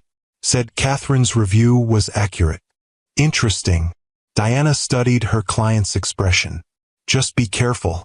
James Hawthorne doesn't concede ground unless he sees strategic advantage in doing so." "I know." Samantha gathered her belongings, ready to pick up Lily from Grace's apartment. "But for Lily's sake, I'll take civility wherever I can find it." The success of Invisible Women created ripples that extended far beyond the gallery walls. Catherine Westfield's review led to features in several national arts publications, and the Brennan Foundation grant materialized into a book project documenting women's experiences of identity erasure across different socio-economic backgrounds. Samantha found herself balancing motherhood with a suddenly accelerating career, grateful for the flexibility photography allowed and for Grace's continued support with childcare. The modest apartment near Piedmont Park remained their home, though she had converted the small second bedroom into a proper office now that Lily slept in a toddler bed in Samantha's room. "You could afford something larger now," Diana observed during a casual lunch 6 weeks after the review hearing. "The book advance alone would cover a down payment in several nice neighborhoods." "I'm saving for something specific," Samantha replied, showing Diana photos on her phone of a Victorian house with a carriage house in the back. "It needs work, but the carriage house would make a perfect studio, and it's still in Lily's school district." "Smart planning," Diana approved. "Speaking of planning, have you thought about the holiday schedule? Thanksgiving is only a month away." The question sobered Samantha immediately. The parenting plan specified alternating holidays, with James having Lily for Thanksgiving this year, her first major holiday away from Samantha. "I'm trying not to think about it," she admitted. "The idea of waking up on Thanksgiving without her." She trailed off, the prospect still painful to contemplate. "Have you considered proposing a shared arrangement? Many families split the day, morning with one parent, evening with the other." James would never agree. He's planning some elaborate Thanksgiving at his mother's estate. Eleanor mentioned it during our last visit. The relationship between Samantha and Eleanor had evolved into something unexpected, not quite friendship, but a respectful alliance centered on Lily's well-being. Their monthly lunches had become a neutral space for sharing information about Lily's development and subtly coordinating approaches to James's more difficult tendencies. "Eleanor might be your ally in this," Diana suggested. "She seems to value your relationship with Lily." "Maybe." Samantha sipped her tea thoughtfully. "I'll bring it up at our lunch next week." The conversation shifted to Diana's recent engagement and wedding plans, but Samantha's thoughts lingered on the approaching holiday and the continuing challenge of sharing Lily's childhood with a man who viewed parenting as another arena for control and acquisition rather than nurturing and connection. The Victorian house became Samantha's in early November, the closing scheduled deliberately during one of James's weekends with Lily. The timing allowed Samantha to begin the essential renovations without disrupting her daughter's routine, focusing first on making the carriage house functional as a studio space. "It's perfect," Vanessa declared during her first visit to the property, wandering through the spacious carriage house with its north-facing windows and original hardwood floors. "The light in here is extraordinary. You'll be able to do client sessions and your personal work without compromise." "That's the idea." Samantha surveyed the space, already envisioning the transformation. "The main house needs more work, but we can live there comfortably while I renovate gradually. The important thing is that Lily will have a real yard to play in, and I'll have dedicated space for my work." "Speaking of your work," Vanessa pulled a folder from her bag. "I have news. The Museum of Contemporary Photography in Chicago wants to include 3 pieces from Invisible Women in their upcoming exhibition on gender and power. It's a major show with international artists." Samantha stared at the formal invitation, momentarily speechless. "Chicago? A museum exhibition? Your work is resonating, Samantha. This is just the beginning." Vanessa squeezed her arm encouragingly. "The exhibition opens in January. They'll cover your travel expenses for the opening reception." The opportunity was extraordinary validation of her artistic vision at an institutional level, exposure to curators and collectors far beyond Atlanta's art scene. Yet Samantha's first thought was of the practical implications for Lily. "I'd need to be away for at least 2 days," she calculated aloud. "It's not during James's scheduled weekend. Could Grace watch Lily? Or perhaps Eleanor? Possibly." Samantha tucked the invitation into her pocket, determined to find a solution. "I'll make it work somehow. This is too important to miss." Later that evening, as she reviewed renovation estimates at her kitchen table, Samantha's phone rang with James's number, an unusual occurrence, as they typically communicated about Lily via text or email to maintain a record of all agreements. "James?" she answered, immediately concerned. "Is Lily okay?" "She's fine," he assured her quickly. "Asleep already. I'm calling about Thanksgiving." Samantha tensed, preparing for some new complication to the holiday schedule. "What about it?" Mother suggested something that makes sense. He sounded reluctant, as though the idea didn't originate with him. "She thought perhaps you might join us for Thanksgiving dinner. For Lily's sake, so she doesn't have to be separated from either parent on the holiday." The invitation was so unexpected that Samantha momentarily wondered if she'd misheard. "You want me to come to Thanksgiving at Eleanor's?" "It's not my preference," James admitted with characteristic bluntness. "But Mother made a compelling case that it would be easier for Lily. And since you and Mother have whatever it is you have going on, she thought you might be amenable." Samantha considered the proposal carefully.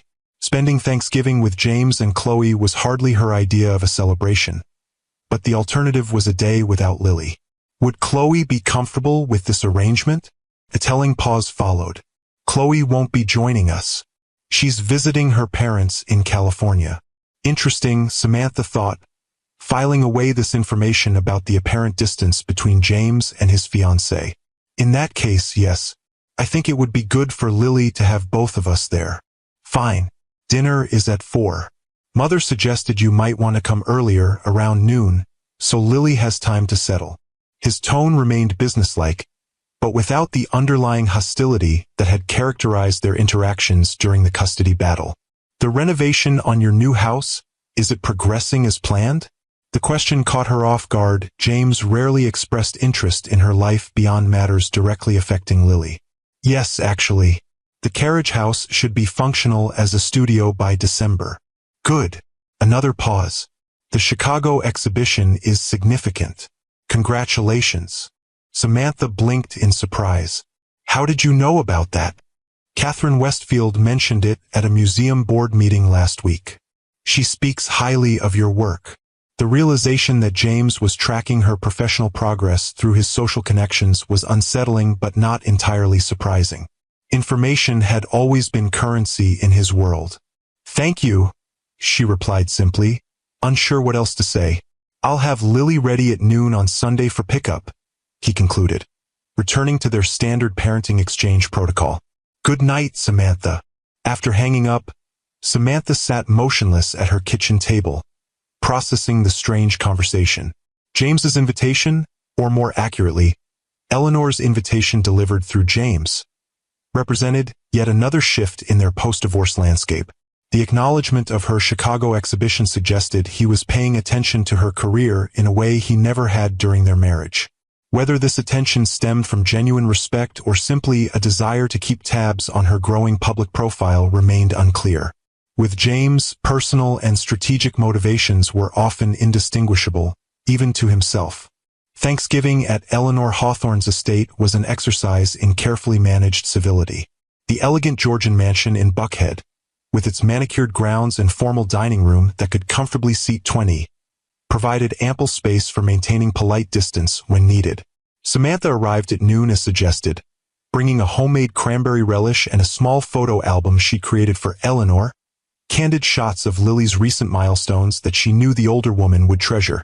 "These are precious," Eleanor said softly, examining the photographs in the privacy of her sitting room while James took Lily to see the koi pond in the garden.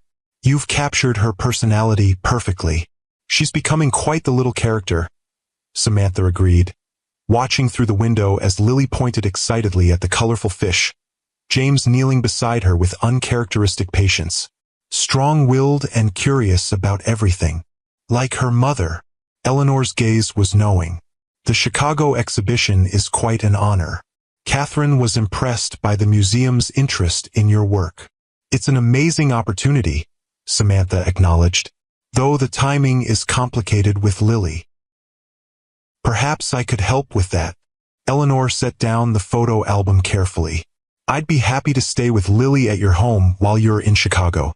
It would give us some grandmother time, and she'd be in her familiar environment. The offer was generous and unexpected. Are you sure? It would be at least 2 nights. Quite sure. James will be in London that week for the medical technology conference, so my calendar is open. Eleanor smiled slightly. Besides, I'm curious to see this Victorian house you're renovating. Catherine mentioned it has excellent bones. The realization that Eleanor and Catherine Westfield discussed her regularly was still surprising. This alliance of formidable older women taking an interest in her life and career. Thank you, Samantha said sincerely. That would help tremendously. Dinner itself was a masterpiece of Southern tradition executed with Eleanor's impeccable taste. Turkey with cornbread dressing, bourbon sweet potatoes, fresh green beans with almonds, and 3 different pies prepared by the housekeeper who had served the Hawthorne family for decades. Conversation remained carefully neutral, focused primarily on Lily's development and safe topics like the unseasonably warm weather. James was polite but reserved, his attention divided between his daughter and occasional glances at his phone, where Samantha suspected messages from Chloe awaited response. It was during dessert that Eleanor introduced a topic that shifted the careful equilibrium of the day. Samantha, I've been meaning to ask, would you consider photographing the hospital charity gala next month? The photographer we've used for years is unavailable, and your work would bring a fresh perspective to the event. The request hung in the air, its significance clear to everyone at the table. The hospital gala was Hawthorne Innovations' premier philanthropic event of the year, where James showcased the company's latest medical advancements and cultivated relationships with healthcare executives and potential investors. James set down his fork, his expression unreadable. Mother, I'm not sure that's appropriate. Why not? Eleanor challenged mildly. Samantha is one of Atlanta's most talented photographers, with a particular gift for capturing genuine moments rather than posed artifice. Isn't that exactly what we want for an event celebrating real impact on patients' lives? There are dozens of qualified photographers in Atlanta, James countered, his tone measured but firm. Hiring my ex-wife creates unnecessary complications. Actually, Samantha interjected, surprising herself with her calm assertion. It would be entirely professional. I photographed the gala before we were married, James. I know the event, the venue, the lighting challenges, and my work has only improved since then. Eleanor smiled approvingly. Exactly my thinking. Besides, the board specifically mentioned admiring the authenticity in your recent exhibition. Several members suggested your name before I had the chance. James looked between his mother and Samantha, perhaps recognizing the subtle alliance that had formed between them. After a moment, he shrugged with calculated indifference. If the board approves, I have no objection, as long as everyone understands this is strictly a professional engagement. Of course, Samantha agreed, maintaining her composure despite the small thrill of victory. Photographing the gala would not only be a lucrative contract, but also a symbolic reclamation of professional territory she had surrendered during their marriage. I'll provide the same contract and terms as any other client. The conversation moved on to Lily's delight with pumpkin pie, but something had shifted in the dynamic between Samantha and James, a rebalancing of power that acknowledged her professional value independent of their personal history. Later, as Samantha prepared to leave with a sleepy Lily in her arms, Eleanor walked her to the door while James took a business call in his study. You handled that beautifully? Eleanor murmured, adjusting Lily's coat with grandmotherly attention to detail. James needs to recognize that your paths will continue to cross professionally as your career grows. Better to establish the parameters now. Was that your plan all along? Samantha asked, suddenly understanding the strategic thinking behind the seemingly casual dinner invitation. Eleanor's smile was enigmatic. Let's just say I believe in creating opportunities for necessary adjustments. James has always respected capability and success, even when it challenges him. Your work deserves to be seen, Samantha, including by my son. As Samantha drove home with Lily sleeping peacefully in her car seat, she reflected on Eleanor's subtle orchestration of the day. The older woman had created a context for James to see Samantha not as his ex-wife or Lily's mother, but as a successful professional whose work commanded respect in circles that mattered to him. It was a kind of advocacy Samantha hadn't expected, not just for her relationship with Lily, but for her identity beyond motherhood.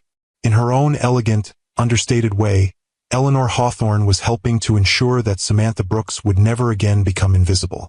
The hospital charity gala in December marked another milestone in Samantha's professional resurrection. Photographing Atlanta's elite in the same ballroom where she had first met James 12 years earlier created a symmetry that wasn't lost on her. A full-circle moment that highlighted just how much had changed. She moved through the crowd with quiet confidence, her camera capturing the genuine moments of connection amid the performative philanthropy. A doctor kneeling to speak with a young patient who had benefited from Hawthorne Innovations' cardiac device. Board members engaged in passionate discussion about expanding access to care. Eleanor Hawthorne's dignified presence as she introduced donors to researchers whose work they supported. James was in his element, commanding attention as he unveiled the company's newest innovation, a miniaturized pacemaker that could be implanted with minimal invasion. His presentation was flawless, his passion for the technology's life-saving potential evident in every word. Samantha photographed him from a distance, capturing his genuine enthusiasm for the work itself rather than the accolades it brought. In these moments, focused on innovation rather than acquisition, she glimpsed again the man she had fallen in love with, brilliant, visionary, capable of creating technology that transformed lives. It was during a quiet moment, as the formal presentations concluded and guests mingled over champagne and dessert, that Chloe Davis approached her, the first direct interaction that had since the confrontation in the divorce attorney's office nearly a year earlier. "Your photographs from the exhibition," Chloe said without preamble, her voice low to avoid being overheard. "They were illuminating." Samantha lowered her camera, studying the younger woman carefully. Chloe looked different somehow, still beautiful and impeccably styled, but with a tension around her eyes that hadn't been present before. "Thank you," Samantha replied neutrally, unsure where this conversation was heading. "I recognized myself in some of them." Chloe glanced across the room to where James was deep in conversation with hospital executives. The gradual adjustments, the careful calculations about which parts of yourself to preserve and which to surrender. The admission was unexpected, a vulnerability Samantha hadn't anticipated from the woman who had participated in the dismantling of her marriage. "It happened so slowly you barely notice," Samantha said, neither accusatory nor sympathetic, simply acknowledging a shared experience. "Yes." Chloe's gaze returned to Samantha, direct and unflinching. "I wanted to hate you, you know. It would have been easier if you were bitter or vindictive. But you're neither of those things. Hate requires energy I'd rather invest elsewhere," Samantha replied honestly. "In Lily, in my work, in rebuilding." Chloe nodded, twisting the engagement ring on her finger, the antique diamond that had once belonged to James's grandmother, that should have been Lily's inheritance. "The wedding's been postponed. Again." The information was offered without context, a statement that seemed to carry significance beyond the simple fact of a delayed ceremony. "I'm sorry to hear that," Samantha said, though she wasn't entirely sure if sympathy was what Chloe wanted or expected. "Are you?" Chloe asked, a hint of bitterness edging her voice. "It would be understandable if you weren't." Samantha considered the question carefully, aware that this conversation was venturing into complicated emotional territory. "What I feel about your relationship with James isn't relevant anymore. That chapter of my life is closed." "Is it?" Chloe's gaze was searching. "You share a child. You're photographing his company's most important event. Eleanor has practically adopted you into the family fold. Nothing about this seems closed." "Co-parenting isn't the same as marriage," Samantha clarified. "And professional engagements are just that, professional. As for Eleanor, she paused, still processing that unexpected alliance herself. She's Lily's grandmother. That connection remains regardless of what happened between James and me. Chloe seemed about to say more when James appeared beside her, his hand settling possessively at the small of her back.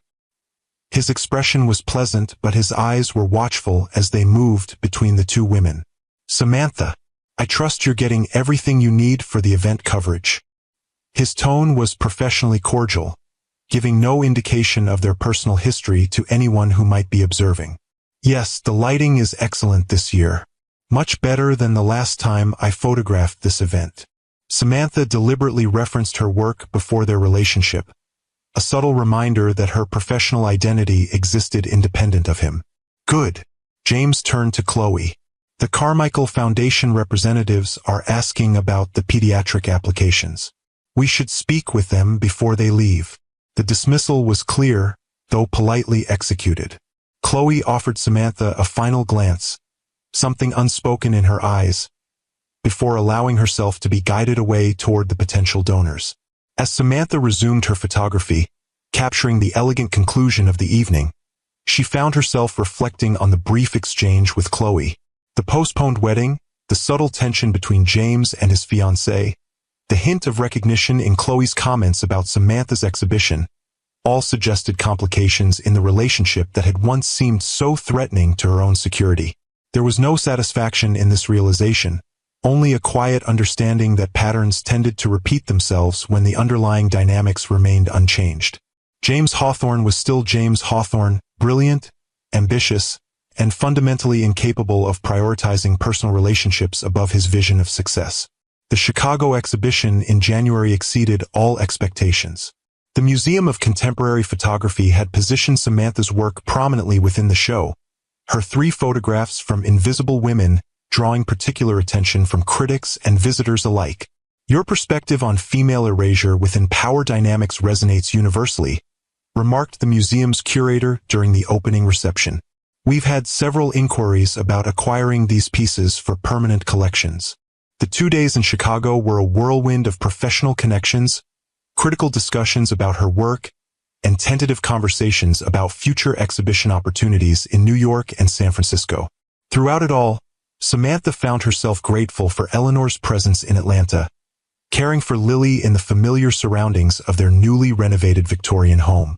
Each evening, Eleanor sent photographs of their activities, baking cookies in the kitchen, reading stories in the window seat Samantha had created in Lily's bedroom, exploring the small backyard garden despite the January chill.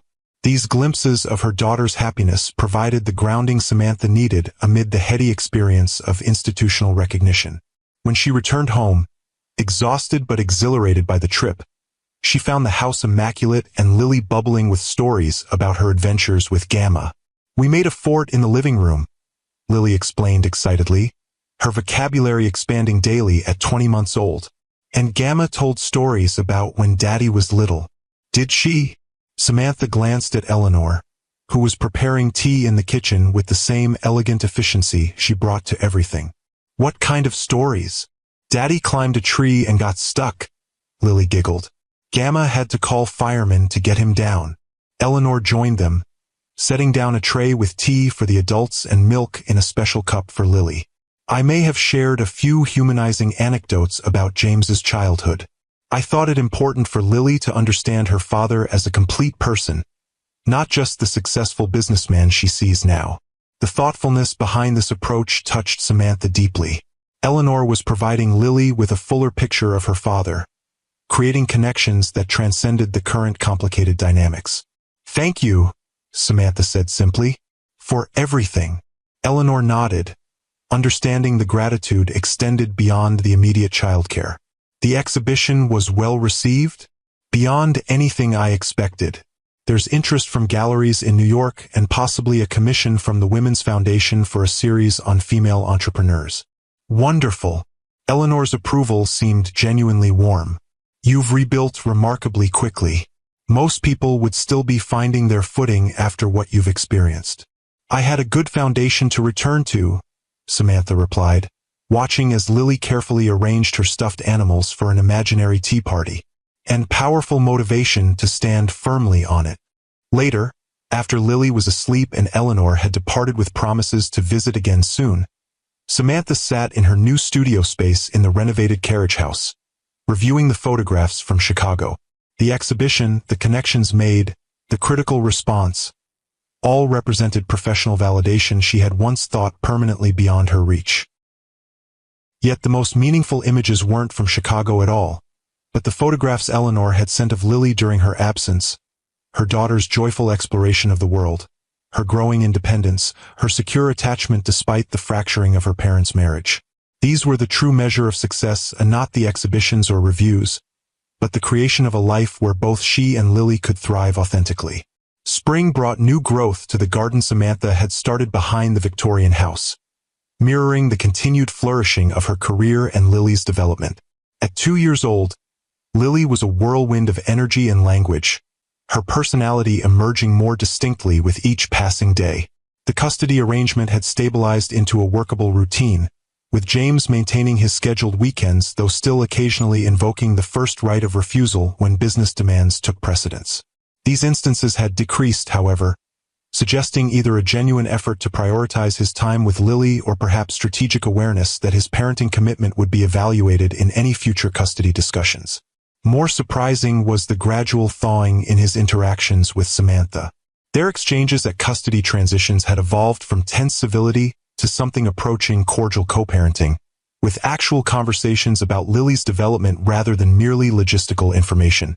"She's asking more complex questions," James observed one Sunday evening as he returned Lily after his weekend. "About how things work, why the sky changes colors at sunset. Her cognitive development is impressive. She's curious about everything," Samantha agreed, helping Lily remove her shoes in the entryway. "Her preschool teacher says she's particularly interested in building things. She spent an hour constructing a bridge out of blocks last week." A flash of genuine pleasure crossed James's face. "Engineering instincts already. I was the same way as a child. Your mother mentioned that. She's been sharing stories about your childhood with Lily." Something complicated flickered in James's expression. Surprise, perhaps, or a reluctant appreciation for his mother's efforts to connect his past with his daughter's present. Mother has always had her own approach to family dynamics. "She's been a tremendous support," Samantha acknowledged, careful to keep any hint of alliance from her tone.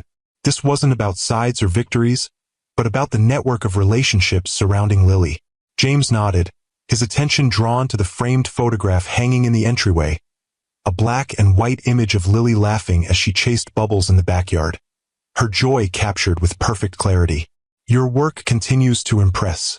The Women's Foundation series has received significant attention." The commission from the Women's Foundation had evolved into a major project documenting female entrepreneurs who had overcome substantial obstacles to build successful businesses. The resulting photographs had been featured in a national business magazine, further cementing Samantha's reputation for capturing authentic human stories within professional contexts.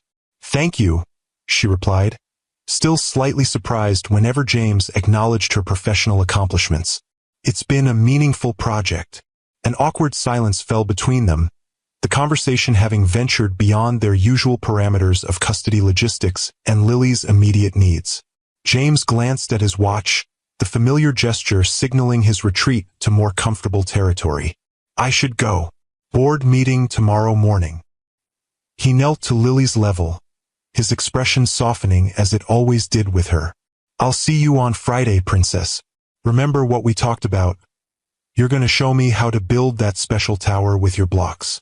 "The super tall one," Lily confirmed seriously, "with the bridge on top." "Exactly." He kissed her forehead before standing. "Good night, Samantha." As he walked to his car, Samantha noticed something she hadn't registered before: the absence of his engagement ring. The platinum band that had appeared shortly after Chloe began wearing the antique diamond was no longer on his left hand. She said nothing, filing away the observation without comment as she closed the door and turned her attention to Lily's bedtime routine. Whatever was happening in James's personal life was his concern, relevant to her only insofar as it might affect Lily's well-being. The answer came 3 days later in the form of a text message from Eleanor. You should know that James and Chloe have ended their engagement. It was announced to the family yesterday. I thought you should hear it from me rather than through Atlanta gossip channels. Samantha stared at the message, processing this unexpected development. The engagement that had seemed so certain when she walked into the divorce attorney's office with Lily in her arms, confronted by the sight of her family heirloom on Chloe's finger, had apparently dissolved. She typed a simple response. Thank you for letting me know. I hope everyone is handling it as well as possible. Eleanor's reply came quickly. James is focused on work, as always. Chloe has accepted a position with a technology firm in Boston. The transition appears amicable on the surface. The subtext was clear. Surface appearances in the Hawthorne world often masked more complicated realities. Samantha wondered briefly about Chloe's conversation with her at the gala, the postponed wedding, the subtle tension she had observed. Had Chloe ultimately recognized the pattern Samantha had documented in her exhibition? Had she chosen a different path before her own identity became subsumed? These questions weren't hers to answer, nor was the end of James's engagement particularly relevant to her own life now. Yet she found herself hoping that Chloe had made the choice that best preserved her authentic self, whatever that might be. The 2-year anniversary of Samantha's discovery of James's affair arrived without fanfare, marked only by her private recognition of how completely her life had transformed since that devastating night. The woman who had sat in a darkened living room with a feverish baby, scrolling through text messages that shattered her world, would hardly recognize the life she now inhabited. The Victorian house had blossomed under her renovation efforts, each room gradually reflecting her aesthetic vision while accommodating Lily's growing needs. The Carriage House studio had become a thriving professional space, hosting client sessions and providing room for her increasingly recognized fine art photography. Most importantly, she had reclaimed not just her career, but her sense of self. The confidence and clarity that had attracted James initially, but had gradually been eroded during their marriage. This restoration wasn't about returning to who she had been before, but about integrating all she had experienced into a stronger, more defined identity. The Women's Foundation Project had led to a book deal, documenting female resilience across various professional fields. The advance had provided additional financial security, allowing Samantha to be selective about commercial work and focus more on projects with personal meaning. Lily continued to thrive, her relationship with both parents stable despite their separation. James had maintained his parenting schedule with fewer business interruptions, suggesting a genuine effort to prioritize his daughter. Their co-parenting communication had evolved into a functional, if not warm, partnership focused on Lily's well-being. It was during this period of relative stability that James requested a meeting outside their normal custody exchanges, a conversation without Lily present, at a neutral coffee shop near Samantha's studio.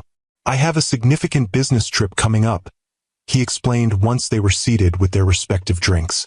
3 weeks in Singapore and Tokyo for the expansion of our Asian markets. It falls partly during my scheduled time with Lily. I can adjust my schedule to keep her during those weekends, Samantha offered immediately, seeing no issue with the request. Just let me know the exact dates. Thank you. James seemed uncharacteristically hesitant, turning his coffee cup slowly between his hands. There's something else I wanted to discuss. The Hawthorne Family Foundation is establishing a new initiative focused on arts education for underserved communities. Mother suggested you might be interested in developing the photography component. The proposal was unexpected, a professional opportunity connected to the Hawthorne name but focused on Samantha's expertise rather than her former status as James's wife. That sounds like a meaningful project, she replied carefully. What exactly would it involve?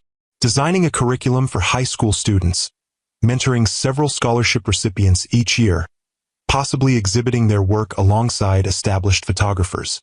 James outlined the program with his usual precision. The foundation would provide all necessary equipment and facilities. Your compensation would be commensurate with industry standards for this level of expertise. Samantha considered the offer, aware of the complex dynamics involved. This is Eleanor's idea, isn't it? A slight smile touched James's lips. Mother has become quite the advocate for arts education recently, and for your work specifically, but the Foundation Board has unanimously approved the concept. This isn't charity or an attempt to keep you connected to the Hawthorne name. It's a recognition of your professional qualifications. The clarification was important, an acknowledgement that any collaboration would be based on her merit rather than their personal history. I'd need to see the formal proposal, Samantha said, neither accepting nor rejecting the opportunity outright, and understand how it would fit with my existing commitments. Of course, James nodded, seemingly satisfied with this response. I'll have the Foundation director send over the complete documentation. As he prepared to leave, having completed the ostensible purpose of their meeting, James hesitated again, a rare uncertainty in a man typically defined by decisive action. The book, he said finally. Your project with the Women's Foundation. I've read the advance copy Eleanor received. Samantha waited, unsure where this was leading. It's extraordinary work, Samantha. Not just technically accomplished, but illuminating. You see people, really see them, in a way few can. He met her gaze directly. I should have recognized that gift more fully when we were together. Supported it rather than sidelining it for my convenience. The admission, the closest thing to an apology James Hawthorne might ever offer, hung between them, unexpected and unasked for. Thank you for saying that, Samantha replied simply, neither absolving nor condemning him for past choices. It matters that you see it now. James nodded once, accepting this measured response. Safe travels to New York next month. Eleanor mentioned you're speaking at the Women in Photography conference. Yes, on a panel about visual storytelling and social change. The fact that James and Eleanor apparently discussed her professional activities regularly was still somewhat surprising, though less disconcerting than it once would have been. Well-deserved recognition. He stood, their conversation complete. I'll have those Foundation documents sent over tomorrow. As Samantha watched him leave, she reflected on the subtle shift in their dynamic, the gradual evolution from adversaries in a bitter custody battle to something approaching mutual professional respect.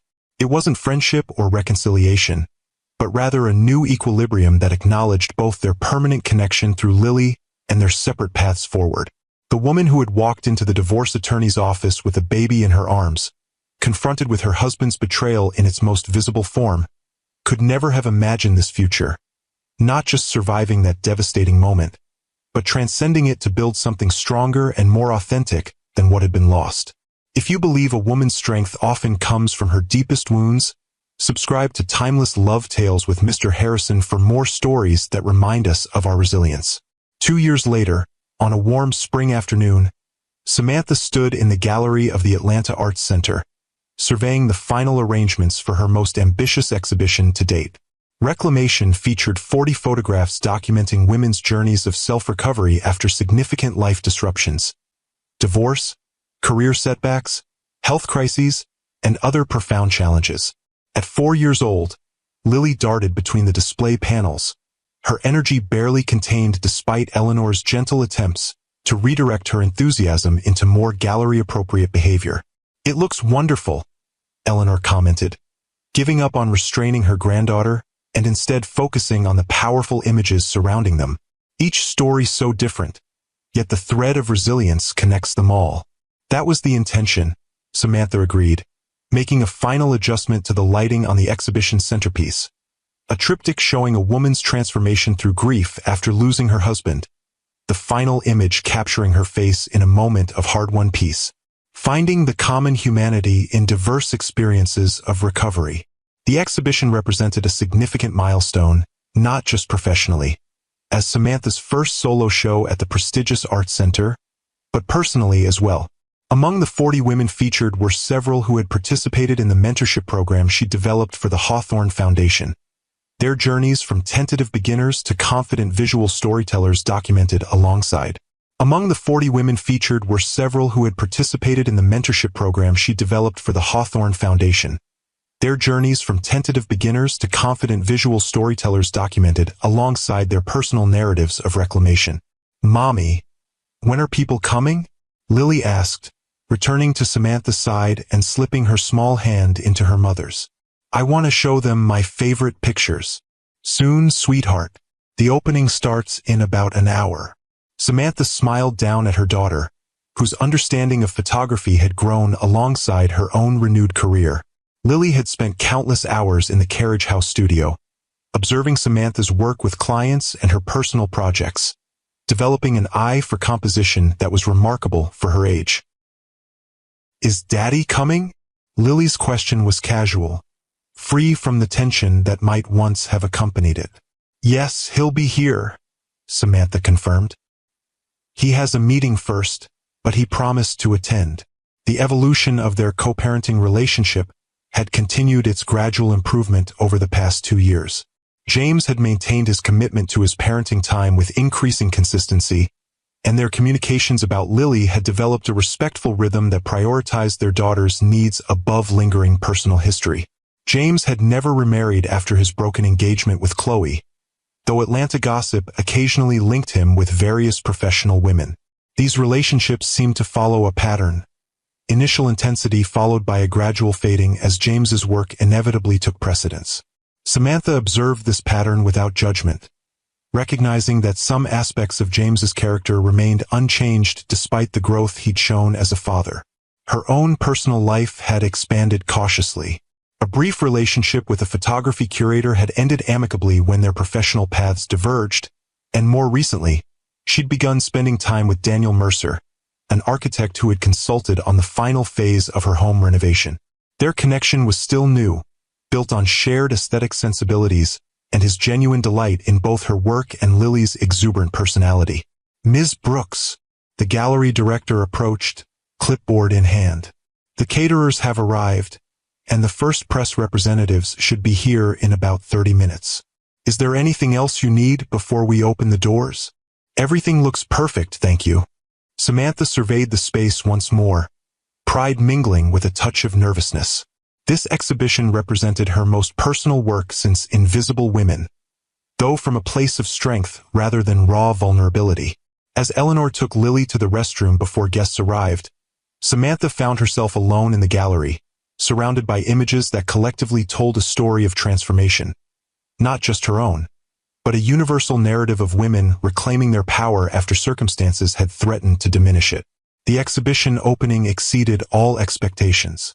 Art critics, collectors, and supporters filled the gallery, moving thoughtfully between the photographs while engaging with the stories behind them. Several of the women featured in the exhibition attended, creating powerful moments as viewers connected the images with the real people whose journeys they documented. James arrived midway through the evening, impeccably dressed as always but without the entourage that typically accompanied him to public events. He moved through the gallery methodically, studying each photograph with genuine attention rather than the perfunctory interest he might once have shown in Samantha's work. When he reached the section featuring graduates of the Hawthorne Foundation Mentorship Program, he paused longer, perhaps recognizing the connection between his family's resources and the artistic development displayed in these powerful images. Daddy! Lily spotted him from across the room, weaving through the crowd with the confident navigation of a child accustomed to gallery openings. Come see my favorite picture. James allowed himself to be led by his daughter to a photograph near the center of the exhibition, an image of a middle-aged woman standing in the doorway of a new business, her face reflecting both apprehension and determination as she prepared to open for the first day. See how the light makes half her face bright and half in shadow? Lily explained with the seriousness of a miniature curator. Mommy says that shows how starting something new is scary and exciting at the same time. That's very insightful, James replied, genuinely impressed by his daughter's understanding. You have your mother's eye for visual storytelling. That's what Gamma says too. Lily beamed at the comparison. I'm going to be a photographer like Mommy when I grow up. Or maybe an engineer like you. Or maybe both. You can certainly be both, James assured her, his expression softening as it always did with Lily. The world needs people who can see both the technical and the human elements of life. As Lily was distracted by the arrival of her preschool teacher, who had come specifically to support the exhibition, James made his way to where Samantha stood speaking with a museum curator from New York. He waited politely for their conversation to conclude before approaching. "Congratulations, Samantha. This is remarkable work." "Thank you." She accepted the compliment with the quiet confidence that had become her hallmark. "I'm particularly proud of the mentorship program graduates' contributions. Their progress has been extraordinary. The foundation board is impressed as well. They've approved funding to expand the program to 3 additional cities next year." James delivered this news with evident satisfaction. "Your curriculum design has proven more successful than anyone anticipated." The professional collaboration through the Hawthorne Foundation had provided an unexpected bridge between their separate worlds, a neutral territory where James's resources and Samantha's artistic vision combined to create opportunities for others. The program had become one of the Foundation's most celebrated initiatives, generating positive press and genuine impact in communities with limited access to arts education. "That's wonderful news," Samantha replied sincerely. "The students deserve every opportunity to develop their voices." A comfortable silence fell between them, not the tense, awkward pauses of their early post-divorce interactions, but a moment of shared appreciation for what they had each contributed to something meaningful. "Lily mentioned you're considering the artist-in-residence position at Westridge Academy next fall," James said finally. "It sounds like an excellent opportunity." The prestigious private school had approached Samantha about developing an intensive photography program for their arts-focused curriculum, a part-time position that would allow her to maintain her studio practice while sharing her expertise with serious young artists. "I'm still weighing the commitment," Samantha acknowledged. "It would require adjusting my client's schedule, but the teaching aspect is appealing. If it helps with the decision, I'd be happy to adjust our custody schedule during the academic year, perhaps taking Lily for 2 weeknights instead of 1, to give you more flexibility for evening classes." The offer was made matter-of-factly, without expectation of gratitude or recognition. "That's very considerate, James. Thank you." Samantha studied him thoughtfully, recognizing how far they had come from the bitter custody battle that had once consumed them. "I'll let you know once I've made a decision about the position." Their conversation was interrupted by the gallery director announcing that Catherine Westfield would be making remarks about the exhibition. As guests gathered near the center of the space, Samantha took her place beside Catherine, while James moved to stand near Eleanor and Lily.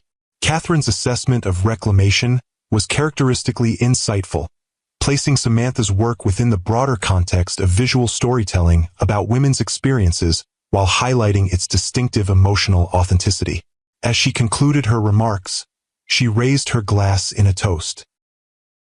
To Samantha Brooks, whose lens reveals not just how women appear, but who they truly are in moments of challenge, transformation, and triumph. This exhibition reminds us that reclamation isn't about returning to who we were before loss or disruption, but about integrating those experiences into a more authentic, powerful self. The applause was warm and genuine, the gathered crowd responding to both the quality of the work and the universal resonance of its theme. As Samantha thanked everyone for coming, her gaze swept across the room, taking in the diverse audience her work had attracted: art world professionals, students from the mentorship program, women whose stories she had documented, and her own unconventional family constellation. Lily, Eleanor, James, and Daniel, who had arrived late after finishing a client meeting. Later, as the event wound down and the last guests departed, Samantha found herself alone in the gallery with Lily, who had fallen asleep on a bench near the exhibition entrance. James had left for a late business dinner, Eleanor had gone home to rest, and Daniel had stepped out to take an urgent call from a project site. In this quiet moment, surrounded by images of women who had reclaimed their power after significant disruption, Samantha felt the full circle of her own journey. The woman who had walked into the divorce attorney's office with a baby in her arms, confronted with her husband's betrayal in its most visible form, had transformed that shattering moment into the catalyst for reclaiming not just her career, but her essential self. The path hadn't been easy or straightforward. There had been moments of doubt, financial strain, and the constant challenge of balancing motherhood with professional rebirth. Yet each obstacle had ultimately strengthened her resolve, each small victory building toward the life she now inhabited, not perfect, but authentically hers. As she gathered her sleeping daughter into her arms, preparing to leave the gallery that now showcased her vision to the world, Samantha reflected on the most important lesson of her journey. True reclamation wasn't about recovering what was lost, but about discovering what had been within her all along, waiting for the courage to fully emerge. 2 months after the reclamation exhibition, Samantha sat in the sunlit breakfast nook of her Victorian home, reviewing the final contract for the Westridge Academy position.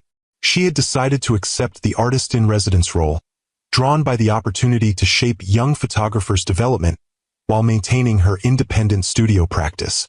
James had followed through on his offer to adjust their custody schedule, taking Lily for dinner and overnight on Tuesdays and Thursdays during the academic year to accommodate Samantha's teaching commitments.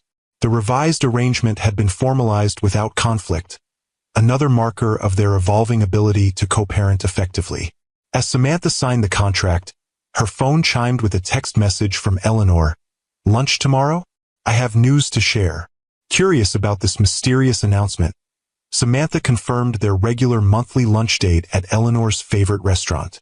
These gatherings had become a valued tradition, a space where grandmother and former daughter-in-law maintained their unexpected alliance, centered on Lily's well-being, but extending into mutual respect and something approaching friendship.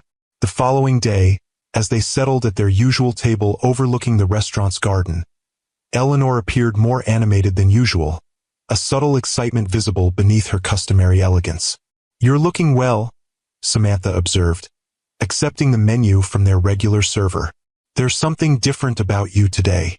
"Perceptive as always," Eleanor smiled, waiting until they had ordered before continuing. "I've decided to step down as chairwoman of the Hawthorne Foundation." The announcement was surprising. Eleanor had led the family foundation for over 15 years, shaping its philanthropic focus and overseeing its significant expansion. "That's a major change. Is everything all right?" "Everything is excellent," Eleanor assured her. "I'm not retiring completely. I'll remain on the board. But I'm ready to pursue some personal projects that I've deferred for too long."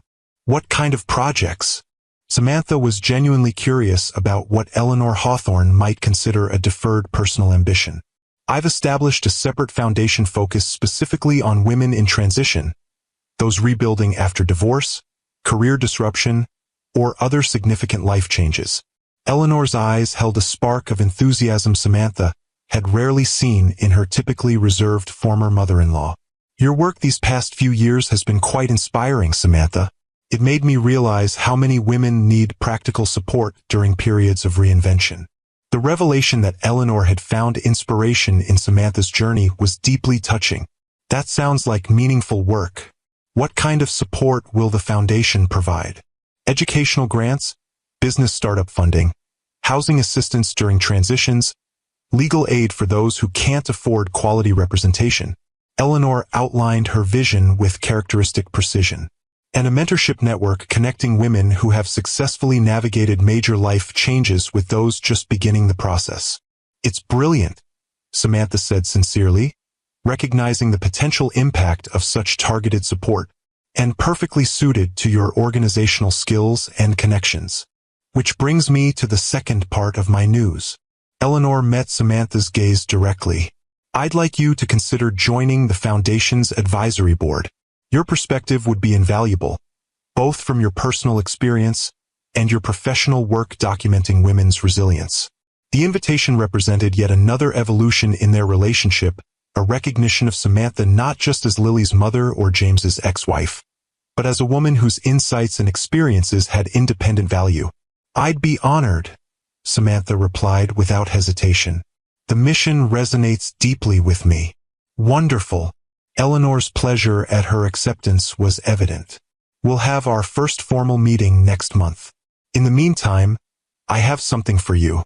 She reached into her elegant handbag and withdrew a small velvet box, sliding it across the table to Samantha. "This belongs with you now." Puzzled, Samantha opened the box to find a familiar antique diamond ring, the family heirloom that had once been on her finger, then briefly on Chloe's, before disappearing after the broken engagement. "Eleanor, I don't understand." Samantha stared at the ring, memories of both joy and pain associated with the beautiful piece. This ring has been passed down through generations of Hawthorne women, Eleanor explained gently. It was always intended for Lily eventually. I've spoken with James, and we both agree it should be in your keeping until Lily is old enough to receive it. You're her mother, the one who will guide her through the milestones where such family connections matter. The gesture was profound, not just the return of the ring itself, but the acknowledgement of Samantha's primary role in Lily's life and her permanent connection to the Hawthorne family legacy, regardless of her marriage's end. Thank you, Samantha said simply, closing the box carefully. I'll keep it safe for her. As their lunch continued, conversation shifting to Lily's upcoming dance recital and Samantha's plans for the Westridge Academy curriculum, she felt a sense of completion that had been building gradually over the past 4 years. The circle that had begun with betrayal and loss had transformed through resilience and reclamation into something unexpected. Not the life she had planned, but one rich with authentic purpose and connection. The woman who had walked into the divorce attorney's office with a baby in her arms, confronted with her husband's new fiancée wearing her family heirloom, could never have imagined this outcome, not just surviving that devastating moment, but transcending it to build a life more aligned with her true self than the marriage had ever been. The ring would wait safely in its box until Lily was ready to receive it, carrying with it not just the Hawthorne family history, but the added legacy of her mother's journey, a testament to the power of reclamation and the beauty that can emerge when a woman refuses to remain invisible. Queens, remember that your story doesn't end with heartbreak. It begins with how you rise from it. What part of Samantha's journey resonated most with you? Share in the comments below.